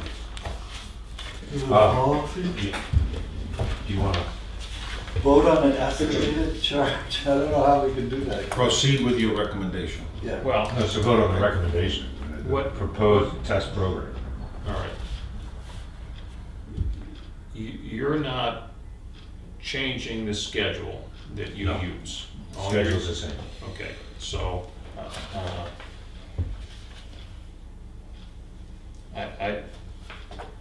I'd say do it. If you feel you need a vote of the board, we can take a vote, but we're not changing Well- anything. You're just Correct. making what you charge Well, match. the change is, are we gonna go towards buying weight scales? You know, I Why does that decision have it's to a be little bit made selfish today? on my part, because I don't wanna be doing 3 Yeah. things And- at once. And Clay doesn't, it's above his pay grade to take the blame for this, so I appreciate that. Yeah. I'll make a motion that we accept Clay's recommendation for the increase in fees for C&D waste disposal. I second. Any further discussion? Okay, all those in favor? Aye. I like that comment, that's appropriate. Well, have him call us. No. Now, back to the shingle disposal, which is part of the C&D. Okay. Do we need to begin gathering address information on where the shingles are coming from? Are you concerned that they're coming from out of town? Right. Okay, and since they don't require a building permit, there's no way to Right. do that. And so how difficult would it be if we required that whoever brings the shingles gives you the address of the property that they're coming from? What I would like to propose is that I develop a form that has on it for your approval, the address of the location, the name of the person the job's being done for, the address of the location, and some kind of penalty statement for false. I'd like to get together with Andy and Other towns do this. and have some kind of a statement that you acknowledge by signing this form, if you are falsifying this information, this is a possible action that can be taken against you. And get a phone number, some Right. contact information for the homeowner. And so let me, I agree with that. And Name, address, Lakes Region Planning has some of those sample forms. and falsify.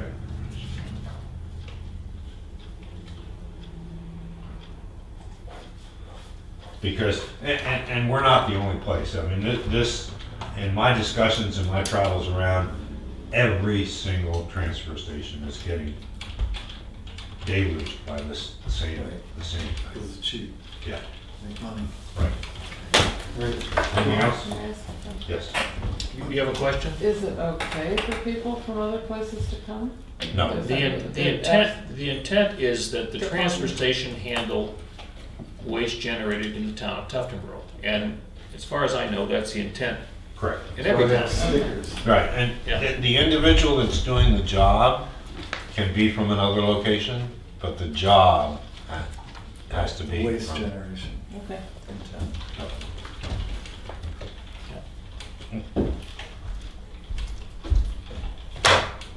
Hot off the presses. Hot off the press. Thanks, Karen. Yeah, this is all of our license renewals, so How are you doing on those? we're good. Good. Carrie and Bob have theirs done, and we just got our renewals for Rob, Barry, Ralph, and myself. And that's what these are. Two of the individuals, myself and Barry, went up levels in certifications. After 2 weeks ago, I think it was, I was confused, a little confused by the whole. Were there changes made at the swap shop? And if so, what impact have we seen? There's not been any changes in the swap shop. Okay. The operation of it is the same. What has changed since the article came out in the paper, we have had a deluge of individuals coming up and saying, I don't understand, you guys are doing a great job. And one lady even brought cupcakes and cake. No cupcakes, okay, buddy. You know, I didn't need them. But by and large, all of the information that we've had from the residents is they didn't understand. Well, I will reiterate what I've said based on my own observation of slop shops in the past, and that is that they run best when they're totally staffed by volunteers, and there's somebody that's an attendant there every minute that they're open. Right. So that they can take, when somebody tries to bring something that should be going directly into the waste stream, and prevent them from dumping it there. Correct. And the volunteer attendants also, as they get full, they go through and say, you know, this thing's been here too long, it's not gonna move. This kind of stuff doesn't move. Your guys have to be efficient with their time when they go over there. It's overflowing. Basically, you end up, maybe there's some stuff that would rotate out, but Right. we don't have the space, we don't have the time to. So I would welcome anybody who is interested in being a volunteer attendant at the swap shop and Right. come forward. I know we have a number of people in town, because I hear from some on a regular basis, that have ideas about how the swap shop could run better. So if they frequent it, maybe they want to be a volunteer and step up Well, and be an attendant. If Clay's numbers are right, and I'm sure they're pretty damn close to being right, you can afford to hire a person. I mean, right now, if 10% of what you're getting into the C&D is coming out of the swap shop, which is what you said. That's $16,000 worth of stuff. Right. I mean, Well, that ain't gonna change. We're still gonna have that yeah, $16,000. that's what I'm saying. It's, instead of going there, it's, Is if you could. It is going to change because well, when yeah, we're not gonna. this recoup guy all is of it. running the swap shop, I'm sorry, this refrigerator doesn't go Right. here, like happened, What's happening? And you- happened this weekend. Make it up with fees. He sends you over to the person there Right. and they pay a fee. Right, And I'm just, so it's something to look at. right. Um, You can understand why a lot of places are shut them. Well, it's, Yeah. It's frustrating because it seems like it's a no-win. And let's say we went 10 to 2 on the swap shop, because that's when we could get a volunteer. there'll always be somebody How much comes in stuff at would be- 3:30 that wants to go to the Then swap you shop. have that, and I don't know if it's still part of the mantras, but recycle, reduce, reuse. And if you're not reusing anything, you're Yeah. not really accomplishing a Yeah. complete. Twice this week, your guys had to clean out the swap shop Oh, many more times, yeah. and there were people walking behind the machine. Yeah.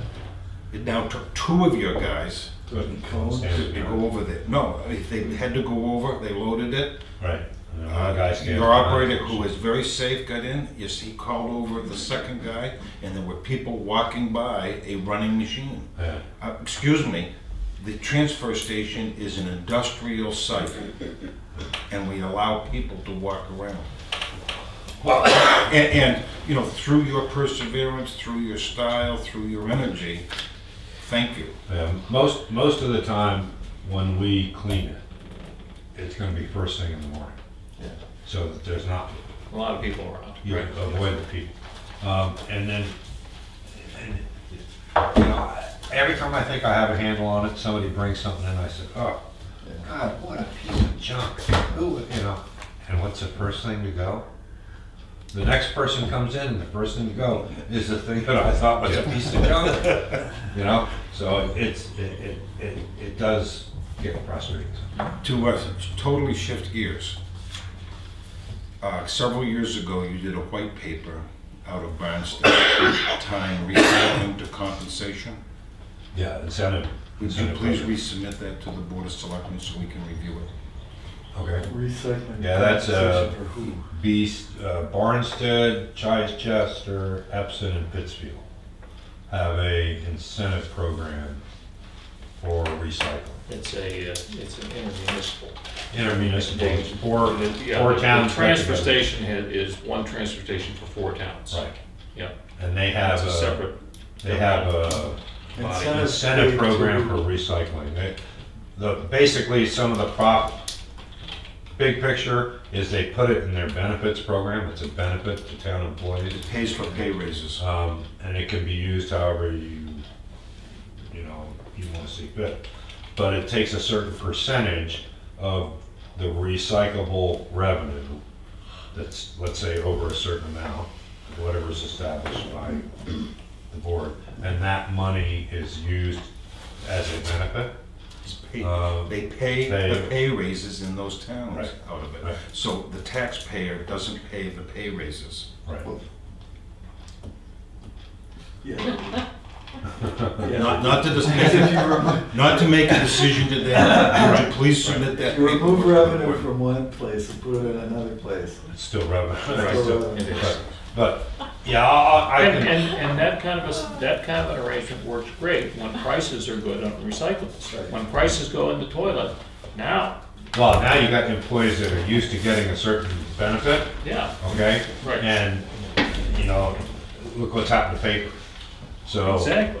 So one year, let's say they get $300 or Everybody's something like that. enthusiastic about taking these revenue streams and dedicating them to something when the revenue stream is increasing. But recyclables, like a lot of things, are cyclical. So when it's going down, you've tied somebody to something that is diminishing, and that, Well, what it could be is at the time, if I remember right, this was a long time ago, it was when they did the compensation study. And the compensation study was going to come along with a huge bill in order to fix the compensation. And my proposal was to attach some of the recycling revenues on to pay that So difference. that ship has sailed though. Yeah, Right. yeah. So that was the original, if I remember right. But Right. it can be used a number of different ways. I mean, it could be used for raises, it could be used for insurance policy, whatever. But it promotes, the intent is to promote recycling by the residents, by all employees. Sounds like All a right, show. Anything else? No, all right. You Thank haven't had Tom. enough? You want more? Oh, yeah, I'm good. Have a good day. Okay, all right. Thanks, Clay. Good morning, Jim. Morning. Come on Thank you down. for waiting.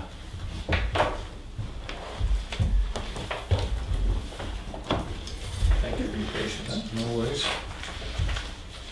Since we only met 2 weeks ago, we haven't got a lot to report on, other than we worked on Brown Road project and, getting the Brown Road ready for grinding and paving.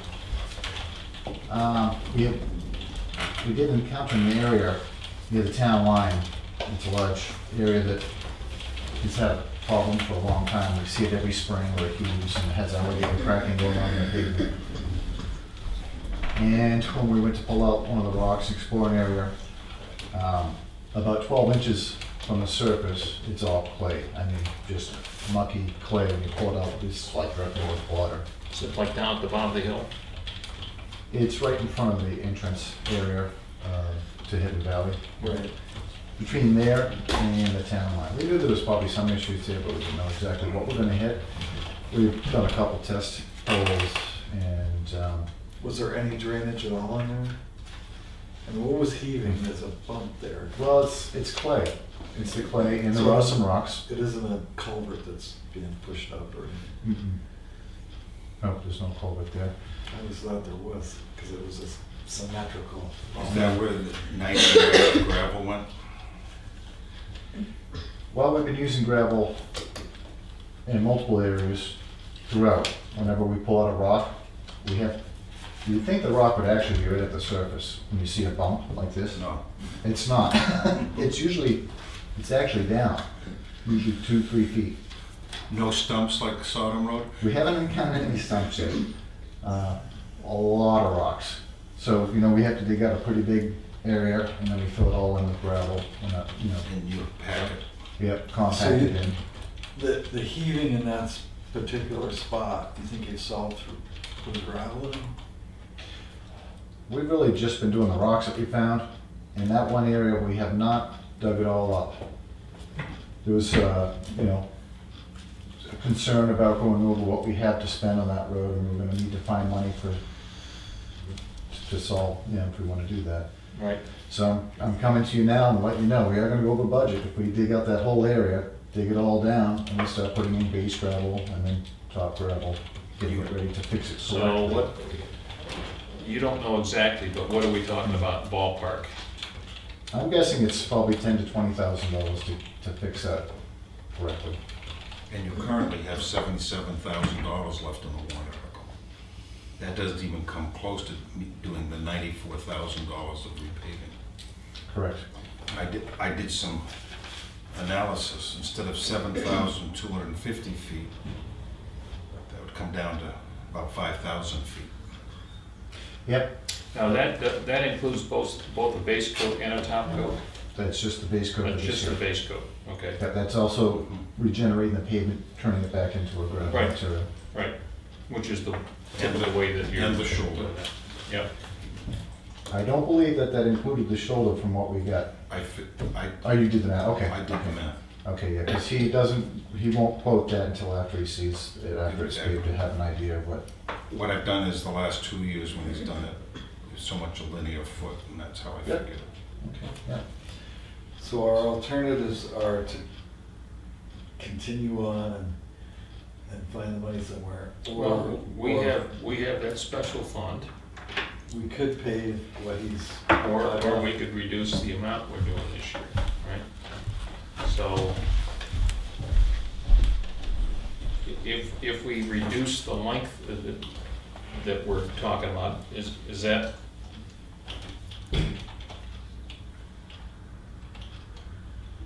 My recollection is you started at the top of the hill and worked down to the town line. So So there might be some areas that we have already dug and we've patched with, well, we filled back in with gravel. And they would end up being just patched at this point as opposed to being done correctly. but if we shortened it to the 5,000 feet, does that mean we go just halfway up the hill? Is that how that works? I would have to measure that to give you an idea. I don't know where it comes out. I don't think we went too far past the top of the hill when we came up with that number originally. It wasn't like way up. It was So just we the haven't top. gone all the way back to Federal Corner Road. No. No. This paving is only to Hadley's, Yeah. right? That's, Probably a little less than that. yeah. Okay. It's Yeah, less than that. just as you come up from Hidden Valley, you come up the road, you get just about to the crest of the hill, I think is where that is. Just above Moody. Movie Hollow. Yeah. Yep. Yep, I think that sounds about right.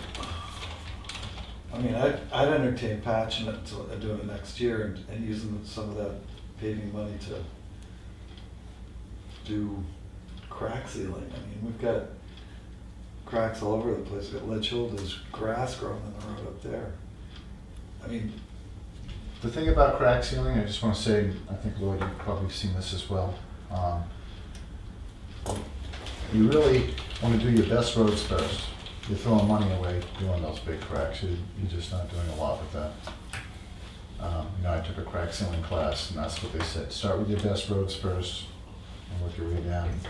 If you get a big crack like that. At the TAC meeting I went to, it says it's one thing if it's a low velocity road for speed over, for example, the dump, or the transfer station.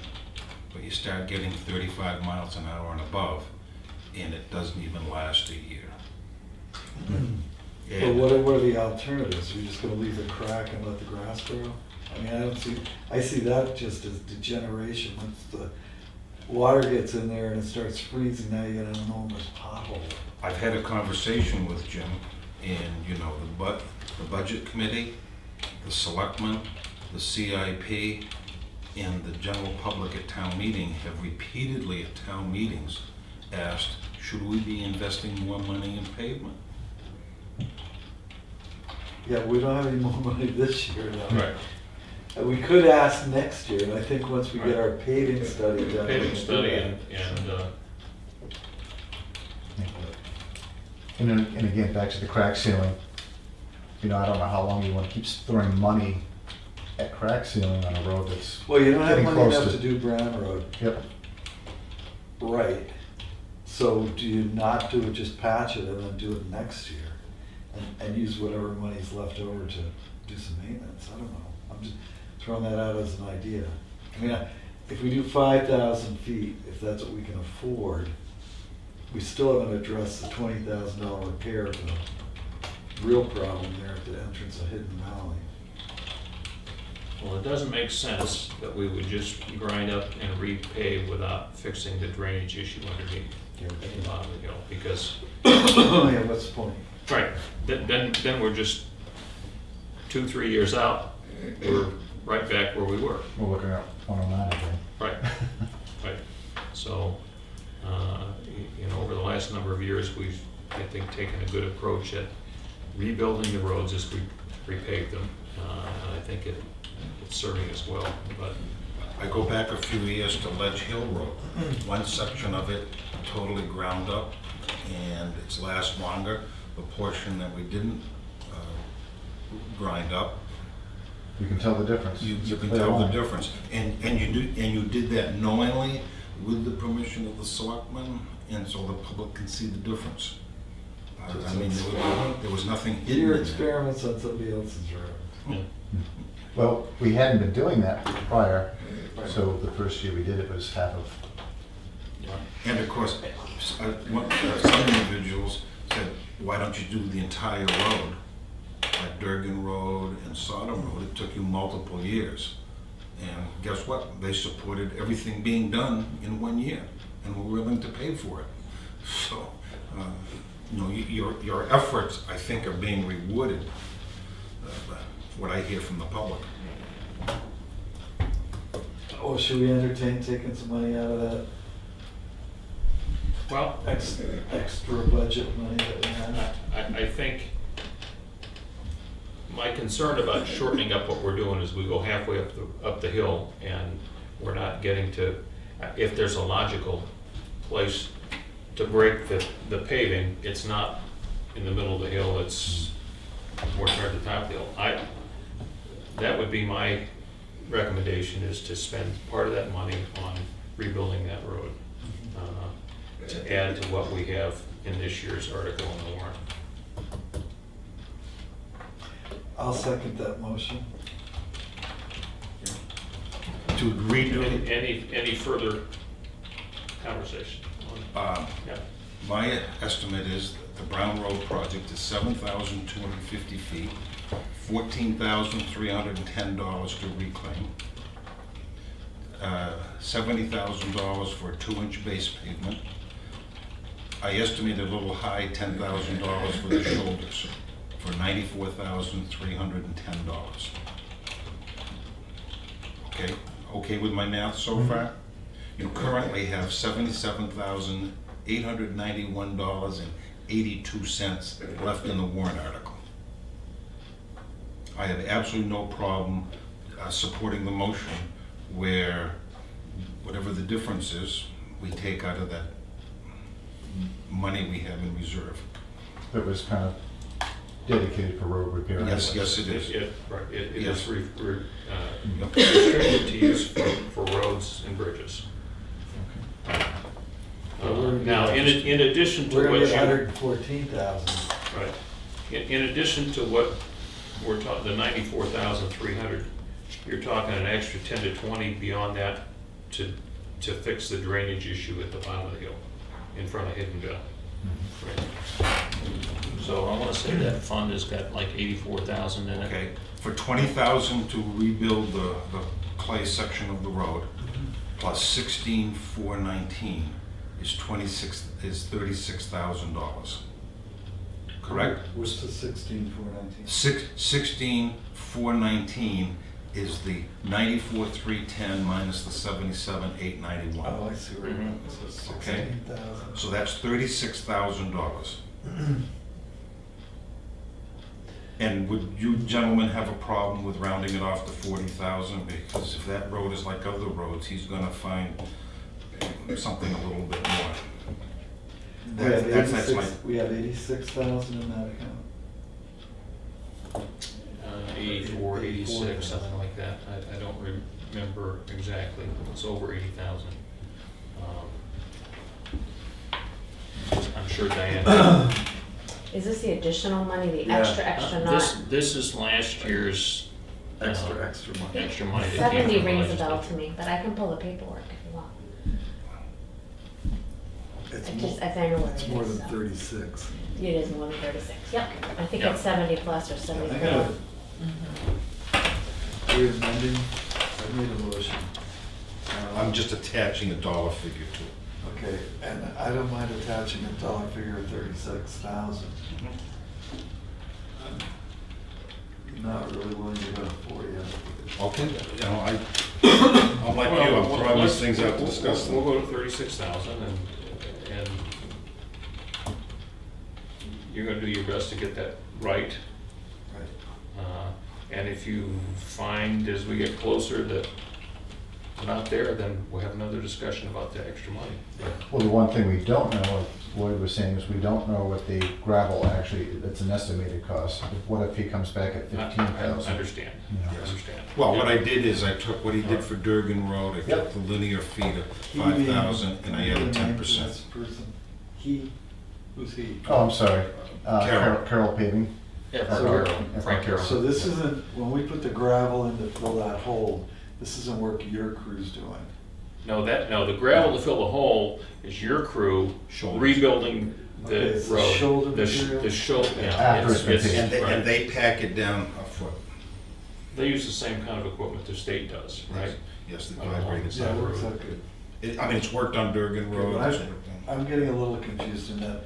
I thought the $20,000 increase was that whole. Not the Yes, shoulders. yes, That's correct. that is It is part correct. of it. That's So we're not and- buying gravel from Carroll for that whole. No. hopefully. No, No. Evans at $18 Right. a yard. Now, if you're gonna be rebuilding under there, there's probably catch basin going in down there too, or, As of right now, there's no existing I'm drainage. gonna say, Correct, in that area. if you don't have something to take whatever, and that's a low area, so it's down between the lakes, I'm sure that the water table is not Well, real it's, deep in it's there. above the brook, or the connector between the two ponds.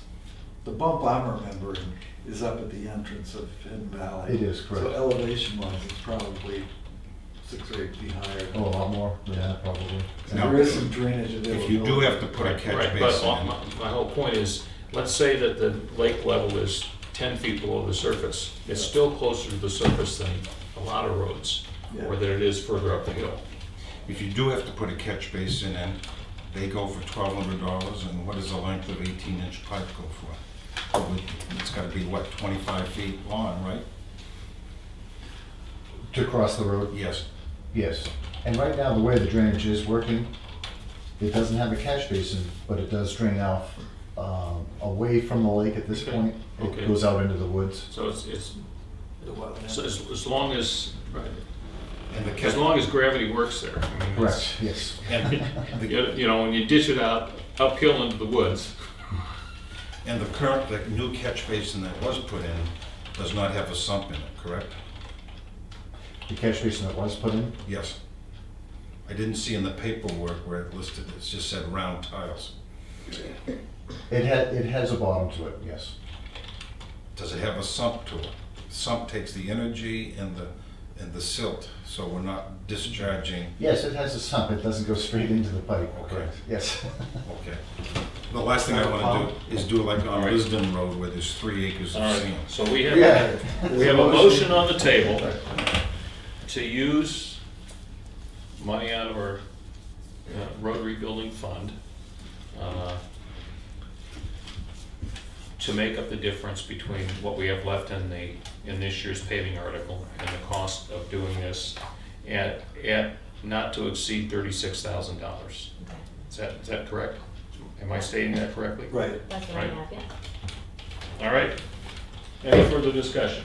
I'm satisfied. All right. Thank you. All those in favor? Aye. Aye.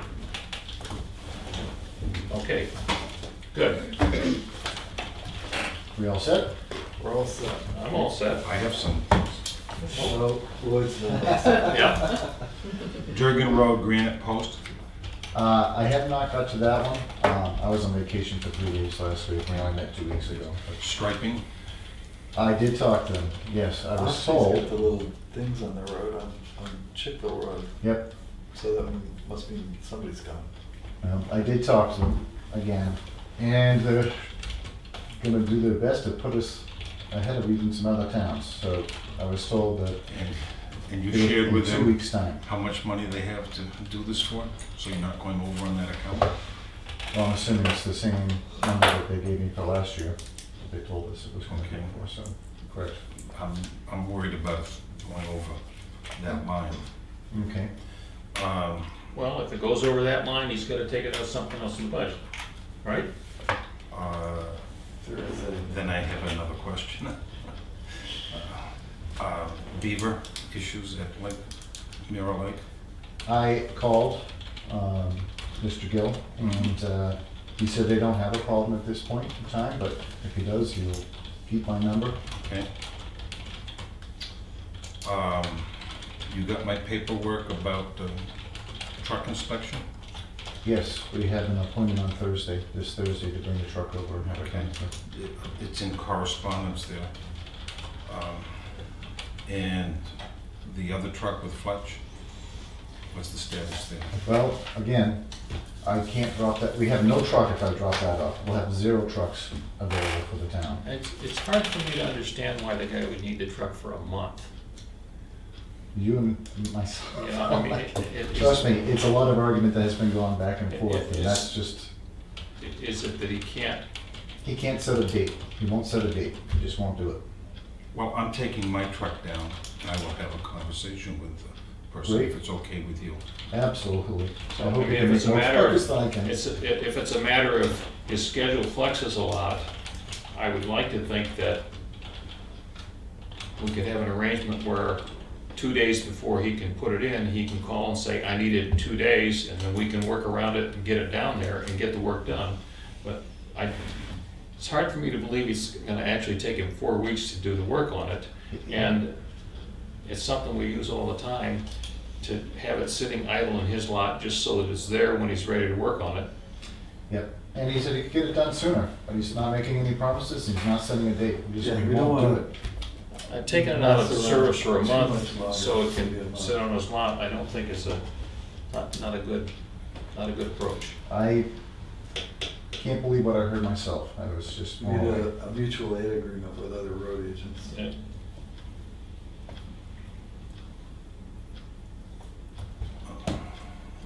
Anything else? Yes. Painting of buildings. no, I have not touched base with Dave. And the repair work and work on the county road bridge that Dave mentioned. I had no part of that. I was never involved in that. That was not me that asked him to do anything. I don't even know what it is exactly. You're working on road signs. 2 signposts I'd work with you on at the fire station. Yep. I'm around. Yeah. When would you like to do it? I'll see you afterwards. Okay.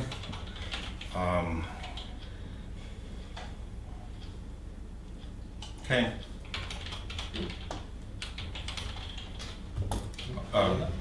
On the truck inspection, you read my note, Yes.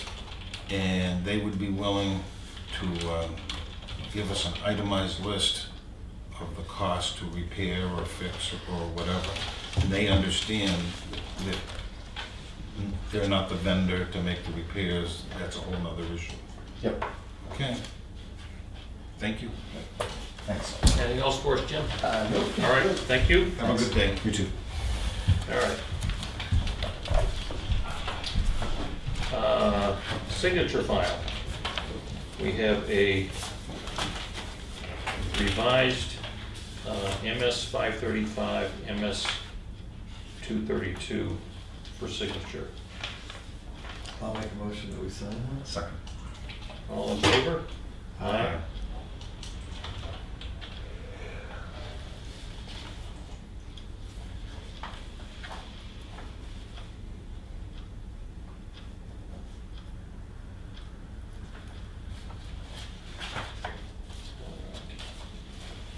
And we have a yield tax levy for 65-3-2 in the amount of $408.25. I'll make a motion that we sign that. All right, second? Yes. All those in favor? Aye.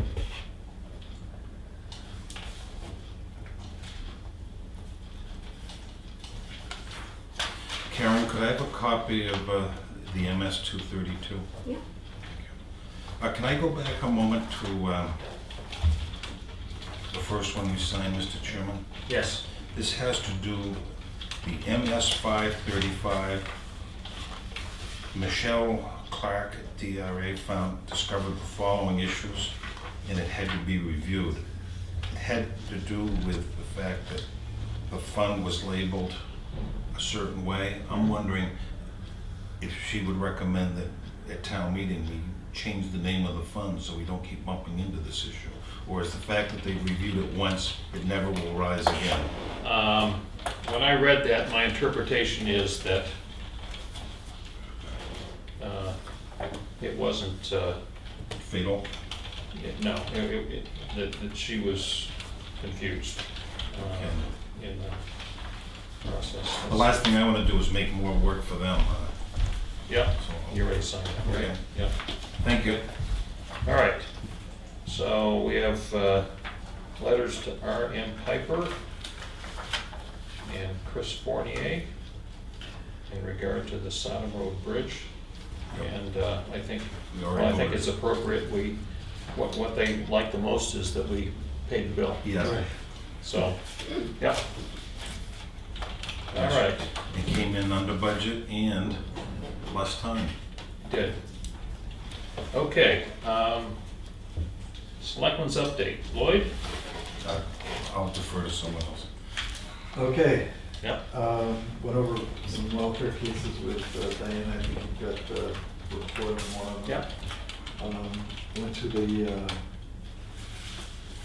the heck is that called? The substance abuse meeting last Tuesday. It's moving along about as fast as anything like that can move along. White Horses gave a report, and I apologize for not bringing that with me, but the number of people that they've served. There's not a lot of action going on in Concord, so there was a lot of talk about local initiatives. There's no initiative at the county currently, which I had suggested, and being a political election here, maybe something could happen. Good point. And then just a lot of talk about drugs. A lot of it was repetitious from the last time we met. So they're talking about breaking up into subcommittees to continue to try to force some issues. How many total people there? 7 or 8, I think there were. So there's a cross section, right? Yeah, police officers, service providers.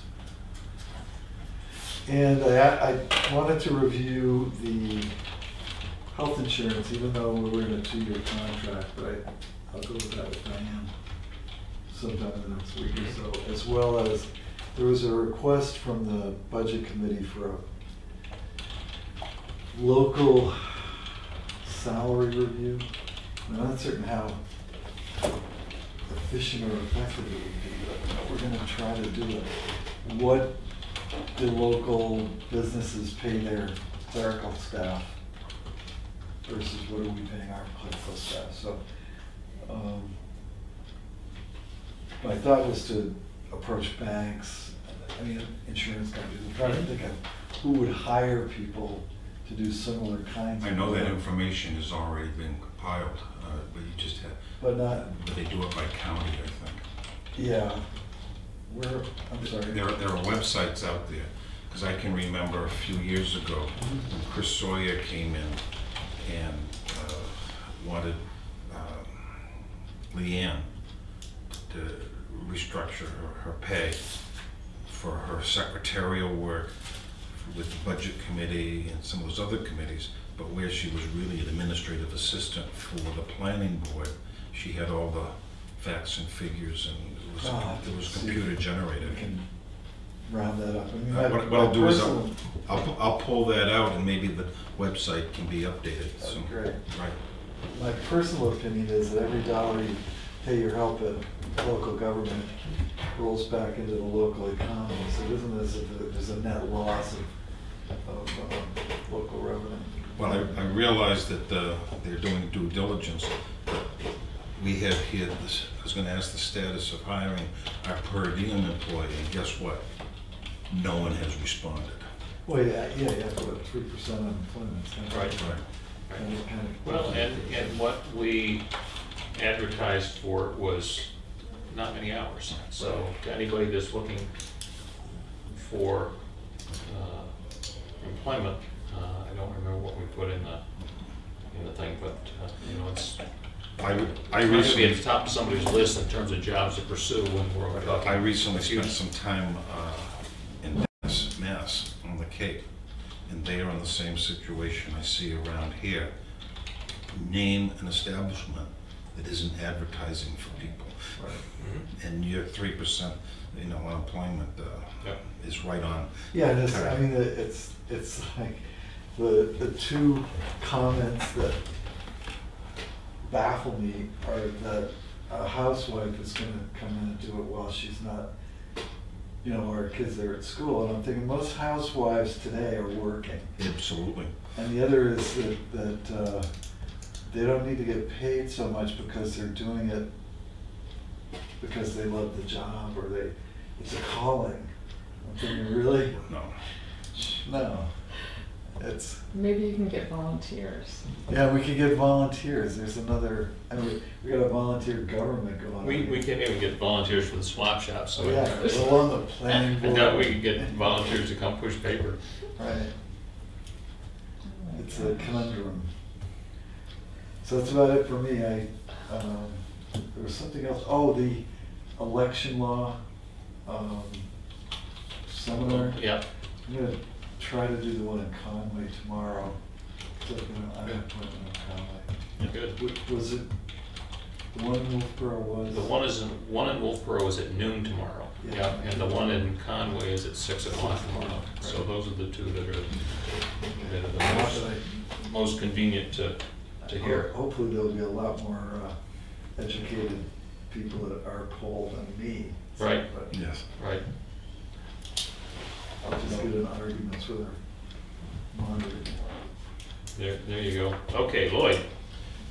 I received this morning from CIP, Jill Cromwell. Hi Lloyd, I'm scheduling our first meeting for Wednesday, August 22nd at 6:30 p.m. Does that work for you? It does. Have the selectmen set a date for submissions as they did last year? I suggest 9/12/18. And I think one of those submissions is the last 2 years, the first week in September, we've researched cost of living Right. increase. We have a handy date in that primary election date, so we can get. Yep. Yeah. Can you bring info on the right to know law so we're all are aware of it and will comply? And I made a copy of it to send them. So that's in the record. Karen, could you contact Corey Hunter? We have some trees out here that have infestations, insect nests, and ask him if he knows of someone or if he can take care of it. Next is the status of the master plan. Is there a target date? There is no recent update on that. So we expect to have a final draft available for review and maybe at the meeting this week. But So you guys are meeting Thursday? I'm sorry. Planning board's meeting Thursday? We are meeting Thursday, yeah. And we have, I understand we have an application, site plan application for something. I haven't seen it yet. I just won't be delicate. We need some police performance reviews. They're several months behind. How does the board want to handle that? Well, when's the next time Chief's coming in? Should be at our next meeting. Next meeting? Yeah. So we want to send them a missile, What's your pleasure? so that gives them a week to put something together, even if it's just a schedule. So I'll craft a letter with Karen and send it over to him if you don't mind, and then Great. I'll just be the representative of the select board. Yeah. Yes.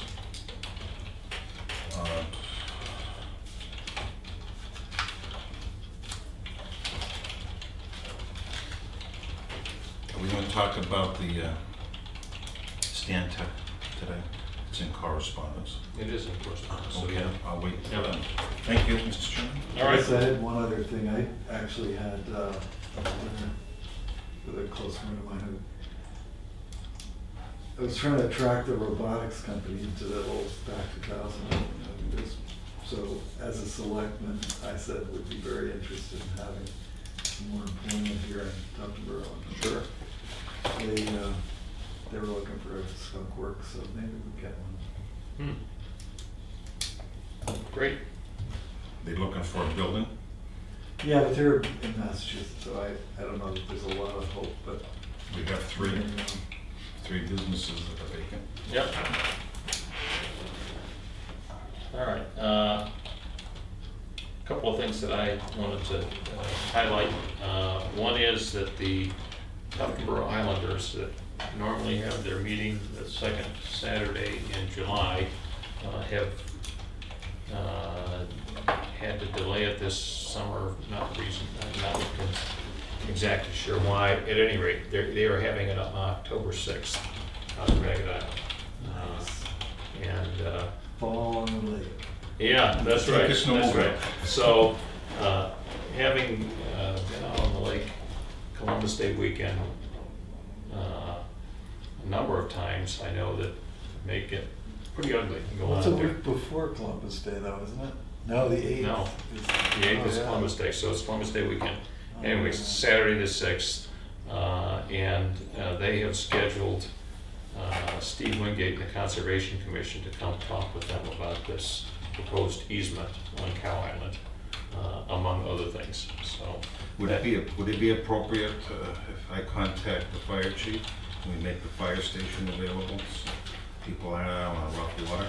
As a backup? How fun is that? Just we just use a a fireboat? thought, Well, just a thought. It's rough water. I mean, I think that that's fine. I question having it so late. On the other hand, all of these people are coming from islands to go to the meeting. Yes, so they're going by so, boat on that. you know, If they get wet or we get wet. You know, or we all get wet, right? Yeah, Right, just a thought. yeah. As it gets So, dark. yeah, we could certainly offer that as a foul weather alternative. I mentioned the planning board has an application coming to us on Thursday. I don't know what it is. I just know that it is on our agenda, or will be on the agenda. I mentioned earlier that John Norton had extended the invitation to us collectively or individually to visit him on his island. Windswept Island. Yeah, down on Windswept. It's, Are you interested in going out there? I'm always interested in being on the lake, but at this point, nailing down a time when I would go out there is, what about you? You want to? I have time, Yeah. but if two of us go, it's a quorum. Well, and here's what I would suggest, is let me give you his phone number. And if you're interested in taking him up on the offer, when they're up here, I think they're up here most weekends, give him a call and let him know. He's anxious to show us his place, give us a snapshot of what it looks like from where he is, as opposed to across the water. You interested in going out, or? I just, I'm not accusing anybody of nothing, but the slippery slope of one selectman meeting with one resident has a problem, and the resident interpreting that meeting or something said in that Like the meeting rocks. is, we've got the problem on Ledge Hill Road with Boatyard. Yes. We've got the rocks up on Beach Pond Road, or Brown Road. So I'm a little ambivalent about meeting one-on-one. That was my thought too. Here, they can come in here and do it. Or we can all three go, call it a meeting, maybe on October 6th, and stop in at Windswept. I just concerned that, not that you'd say anything or I'd say anything, but that it gets interpreted, or they make something up. I don't know if Billy Stockman said something to somebody years ago or not, or Carolyn Sunquist or whoever.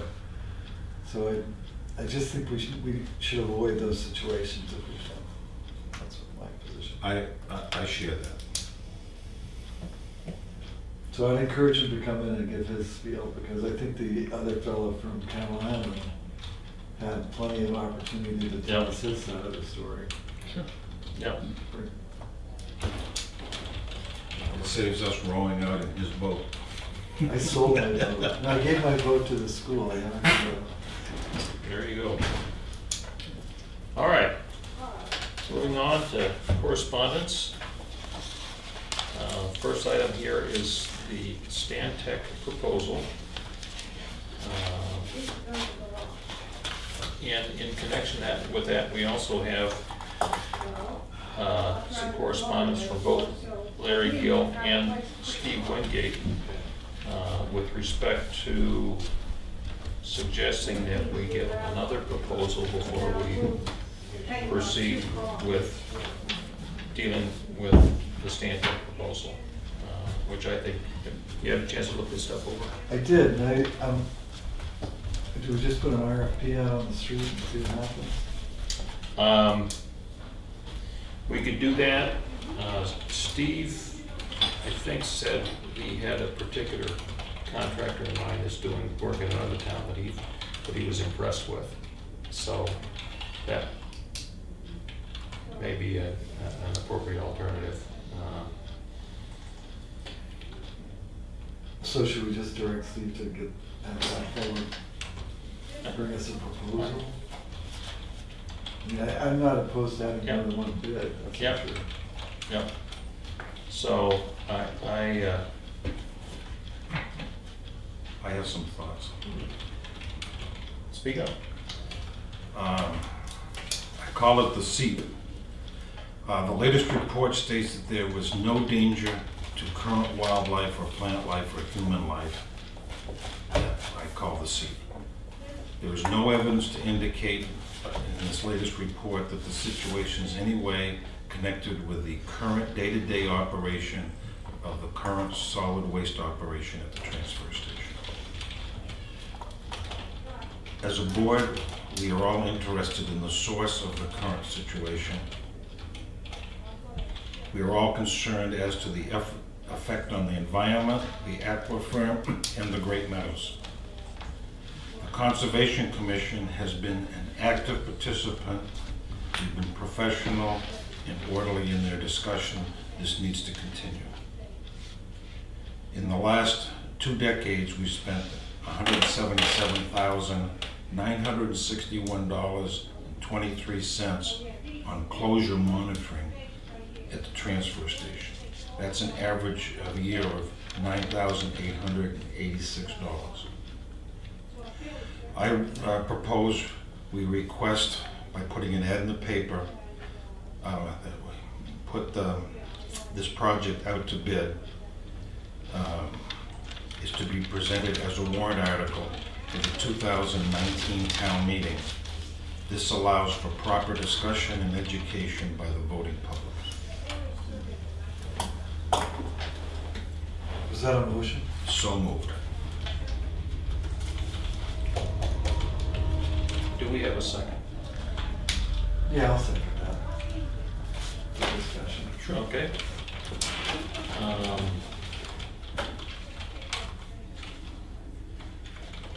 What are your thoughts? Well, I'm not sure we can get away with not doing anything this year. I realize he said it wasn't harmful to plants and animals and people. And we have that in writing. Right. And every statement is an insured then. But we still have the seepage issue. It's still in the public eye. It didn't seem as though the amount of testing, not the drilling and all the rest of it, but the surface walking around and testing and finding test sites was an extremely large sum of money. And I'm wondering why we wouldn't go at least to that point. Do it incrementally. Yeah. What we discussed before when they were here is that that in the current year, doing some further work, spending some money, Right. give us a better picture of where to go from here. Seemed to make some sense. Again, with the correspondence back from Larry and Steve with their impressions of the proposal from Stantec, the dynamic and working through getting the testing done from when the issue was raised to now, the fact that Stantec forgot to do it in the spring, came out and did it later, and that sort of thing, that having somebody else look at it as an alternative to Stantec made some sense. And so my recommendation is that Steve has a contractor in mind who he thinks might provide us with good service, that we have them interface with Steve and Larry, who have been intimate to this whole thing from the beginning, and talk about it and come up with a where do we go from here. Have them come in and talk to us, see where we're going, and I would hope that that there would be something that we could do for fairly short money this year to give us a roadmap going forward. That roadmap being either, you know, a fairly modest amount can do this, or maybe it's a more full-blown program. And if it's a modest amount, it becomes something you build into the budget. If it's a much bigger program, then absolutely it needs to go on the warrant before the voters. And further, you know, maybe this other contractor is somebody that we want to look at as a new contractor to do the testing that's been done by the existing contractor for many years. Have them give us a proposal for the ongoing. I mean, I don't think any of us have been favorably impressed by the sort of missteps through this simple little gather this sample and do the testing and let us know what you think. Is that indicative of the general situation with respect to the relationship with them? I don't know that it is, but it doesn't hurt to look at an alternative. Yeah, and they make whoever Steve has in mind, they come up with a totally different regimen of what they want to have done. So I think the discussion continues. Right. This is not. You give us a price on this to this guy. This is here's the situation we have. Here's what we know about it. So when we want to get our arms around it, what's the best way to? Right. At which point, at that point, we've got some meat on the bones. So we can structure a warrant article. Mm-hmm. Run it by the budget committee. Run it by the town at town meeting. Yeah. But I think so. I think there's a number of steps coming up. Mm-hmm. So it'd be. We could modify your motion to direct Steve to get in touch with this person and bring us a proposal. An intermediary proposal. Yeah. Right. Absolutely. Yeah. I'll vote for that amendment. All right. I'll second my own one. I'll second it. Perfect. All those in favor? Aye. Aye. Okay. All right. Let's see. More on the seat. And so that is in favor of inviting this other contractor to take a look. Yeah. We're going to pursue having a conversation with somebody else that does this type of work before we move forward with anything. There's no money attached to anything. Not yet. No. I mean, none of these guys work for free, and we're not asking them to work for free, but we are asking them to spend a little time and Does it tell us cost where. for them to go out and do that and bring you a Does it cost to do what? To gather a for them to sample? go out and look at it? Well, the and bring you a information proposal? the information is publicly available now. So the testing that has been done. They would look over those, what you Probably. have. Okay. There's always costs involved with sales. So Yep. travel. Right, they invest the time and expense in expectation that They'll get it it's going to done. generate work, right? All right, your note on the truck inspection, So then? I think we're already gotten that. Let's see. Got a little note here from Karen about, she inquired that boards and committees may have had openings only one that she heard back from was Parks and Rec. So Parks and Rec is interested in having new members, and they can get in touch with Gina through the email parksandrec@tuftonboro.org, or they can contact her directly. That's Yes. Any information? Yes, I spoke to, Yeah. what's the name? Norma? Ogier? Yeah. Osier, yeah. Ogier. I spoke to a family member. I've also spoken to other people in town. She was involved in a lot of civic things when she lived here in town. She's since passed away. And for purposes of discussion, I'll recommend that we donate $50 to the hospice in lieu of flowers. All right. And I will second that. Further discussion? Are you satisfied with the, I mean, I guess the position I took the last time we talked about this was we need to limit the giving, et cetera, to not every citizen that dies, but to just those who have actually done some service for the town. Yes. The town saying thank you for your service.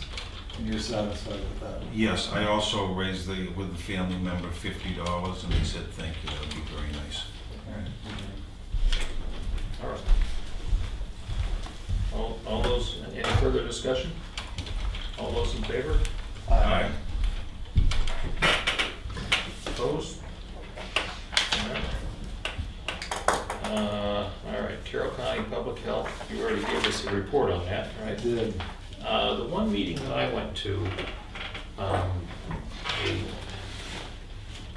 police representative that was there, and I can't remember which town he was from, was talking about a new engagement program in the schools to replace DARE, that they were using, and the Governor Wentworth School District has not. Apparently, it's a different approach that's they feel is more successful. I asked the question if. So Governor Wentworth isn't doing anything. Yeah. Because they were doing DARE, but they're not doing DARE. And this is an alternative to that, which I believe is higher grade level. It's not starting at fourth grade or fifth grade. What is it? The school district, the guidance counselor at Tufton Borough School is now full-time instead of part-time. And they have integrated a program into the curriculum on decision-making or that sort of thing.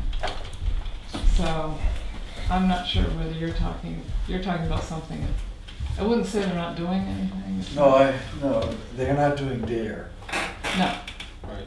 But and they haven't embraced this other program, which there is also at the last school board meeting a faith-based group, Team Wolfboro, who wants to do some things. But in following the school board, it seems that the curriculum is working towards preventing drug addiction. They seem to, it's stepped up. And there's a mentoring program too.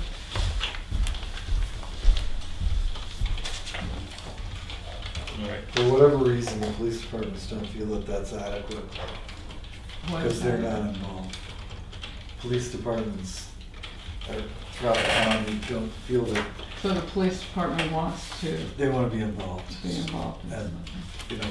everybody wants control. The police department, and Wolfboro I know, and I think Andy said, they have done active shooter drills and that sort of thing. Yeah. So they've been involved To that with that extent. kind of security and working with staff and training staff. So I'm But not sure where there's this is some, coming. and I don't know about the new principal in Tufboro, But there was some resistance about having a resource officer in place there for whatever reason. And I'm not a particular fan of armed, military presence, but there's gotta be a balance and a discussion. Yeah, there is one up at the high school, but he's really dealing with 2,000 people. Yeah. And he's very busy, we'll say that. Yeah. Okay, next item, Boston Post cane. Yeah, So- nobody wants it. Yeah. We're down to I- 70-year-old yeah. people. Irene Nevester declined acceptance, so we offered it to Alden Ringer, Right.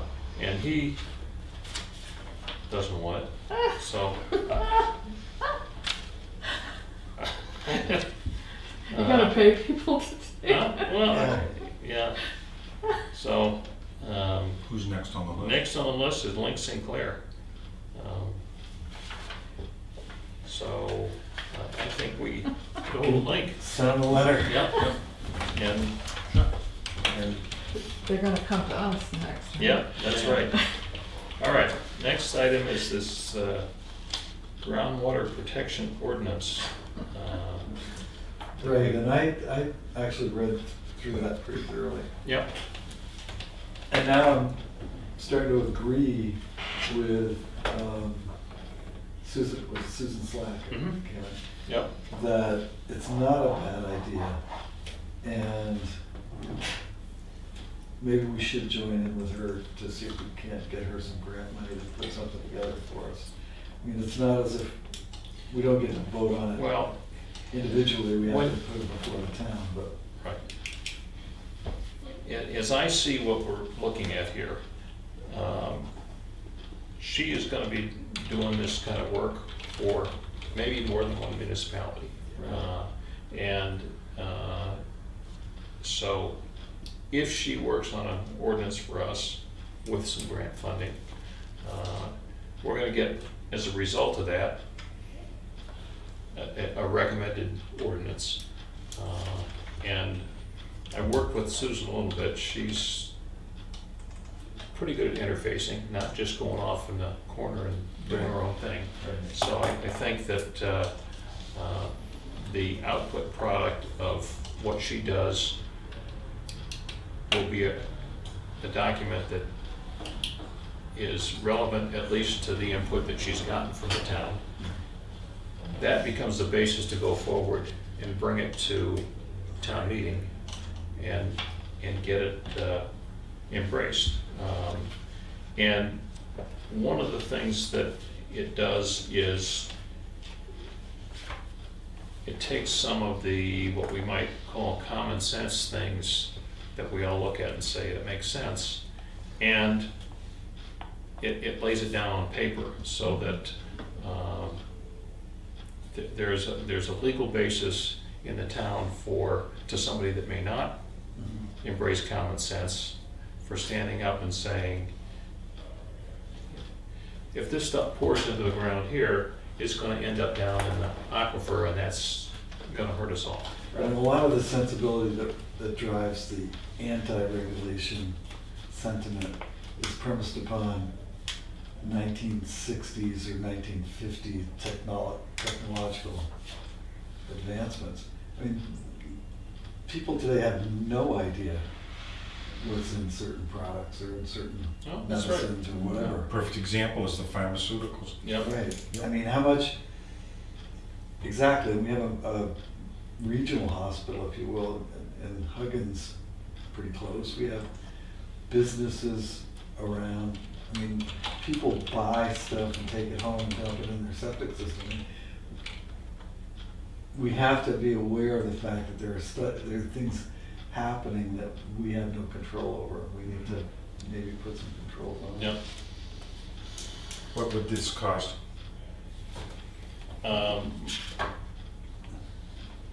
Which is pretty My- much self-funded. My understanding is that LRPC is applying for grant funding from the DES to do this work. So I'm And based on, and what I recall from when she was here talking with us, she's not coming to us looking to sell us a product. She's coming to us wanting to know if we want her to include her in what she requests grant funding for. If she gets the funding, she'll have the money to support doing the legwork here. So there's no direct cost involved. And let's say there's a partial grant and it would then involve some funding. We're not agreeing at this point to providing any funding. What we're agreeing to or asking for is to be included in this grant funding application that she's sending in. So I share your thought process. I think it makes sense to, if we end up with a product that we look at, Conservation Commission looks at, whoever, and it's like totally inadequate or just misses the boat by miles from something that's going to work at Tuftonboro, then not only we fail at going through the process, but you don't take it to town meeting. If there's no immediate cost in next year's budget, I have no problem supporting it. All right. So, would you make a motion to that? So moved. All right. I'll second. All right. All in favor? Karen, would you get a hold of Susan and Yep. let her know that we would like to be included Yep. with that? All right.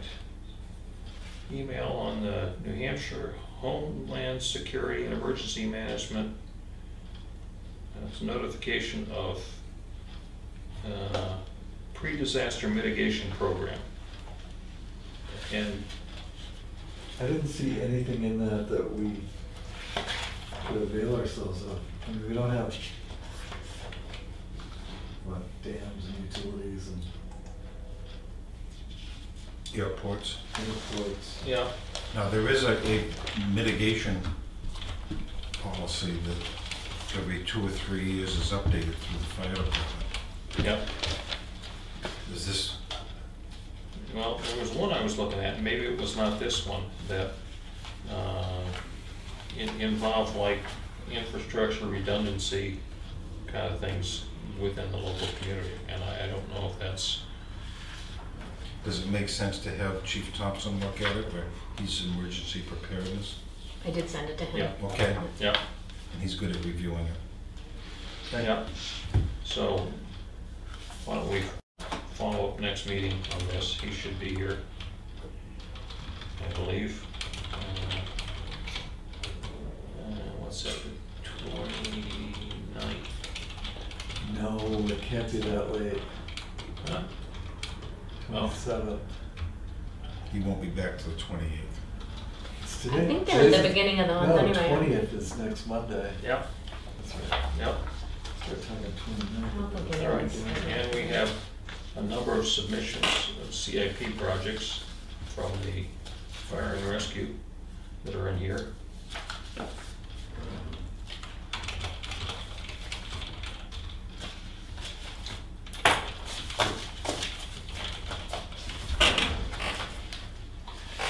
All right, Has a question.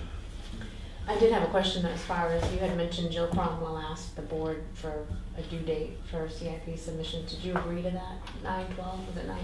Yeah. yeah, 19. Okay, yes, we did, okay, yep, thank you. So I'll send an email to her and then she'll send it out. yep. Yeah, Okay. so all our budgets and whatnot. And while you're there, I have a copy of the right to know that I'll bring to the meeting, and I have no problem with that meeting date and Yep. time. Okay. Yep. No, just make sure I'm clear, CIP submissions as well as, Jacques, I heard someone say budget. Yeah, everybody's budget needs to be in there. Good luck with Really hard that. to do? Can you send that email? If you Yeah, guys and- really want me to say a date, just. No, but everybody has to know that the budget committee is gonna start meeting in September. So they need to start getting October. their defecations in a pile. Just saying. All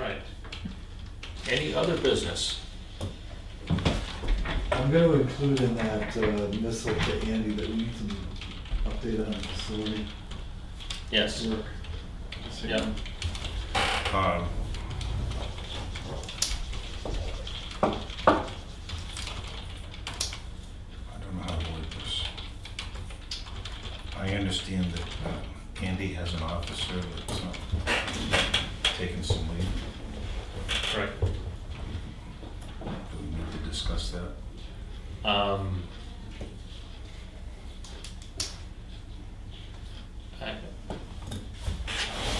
I don't know. Do we need to discuss that?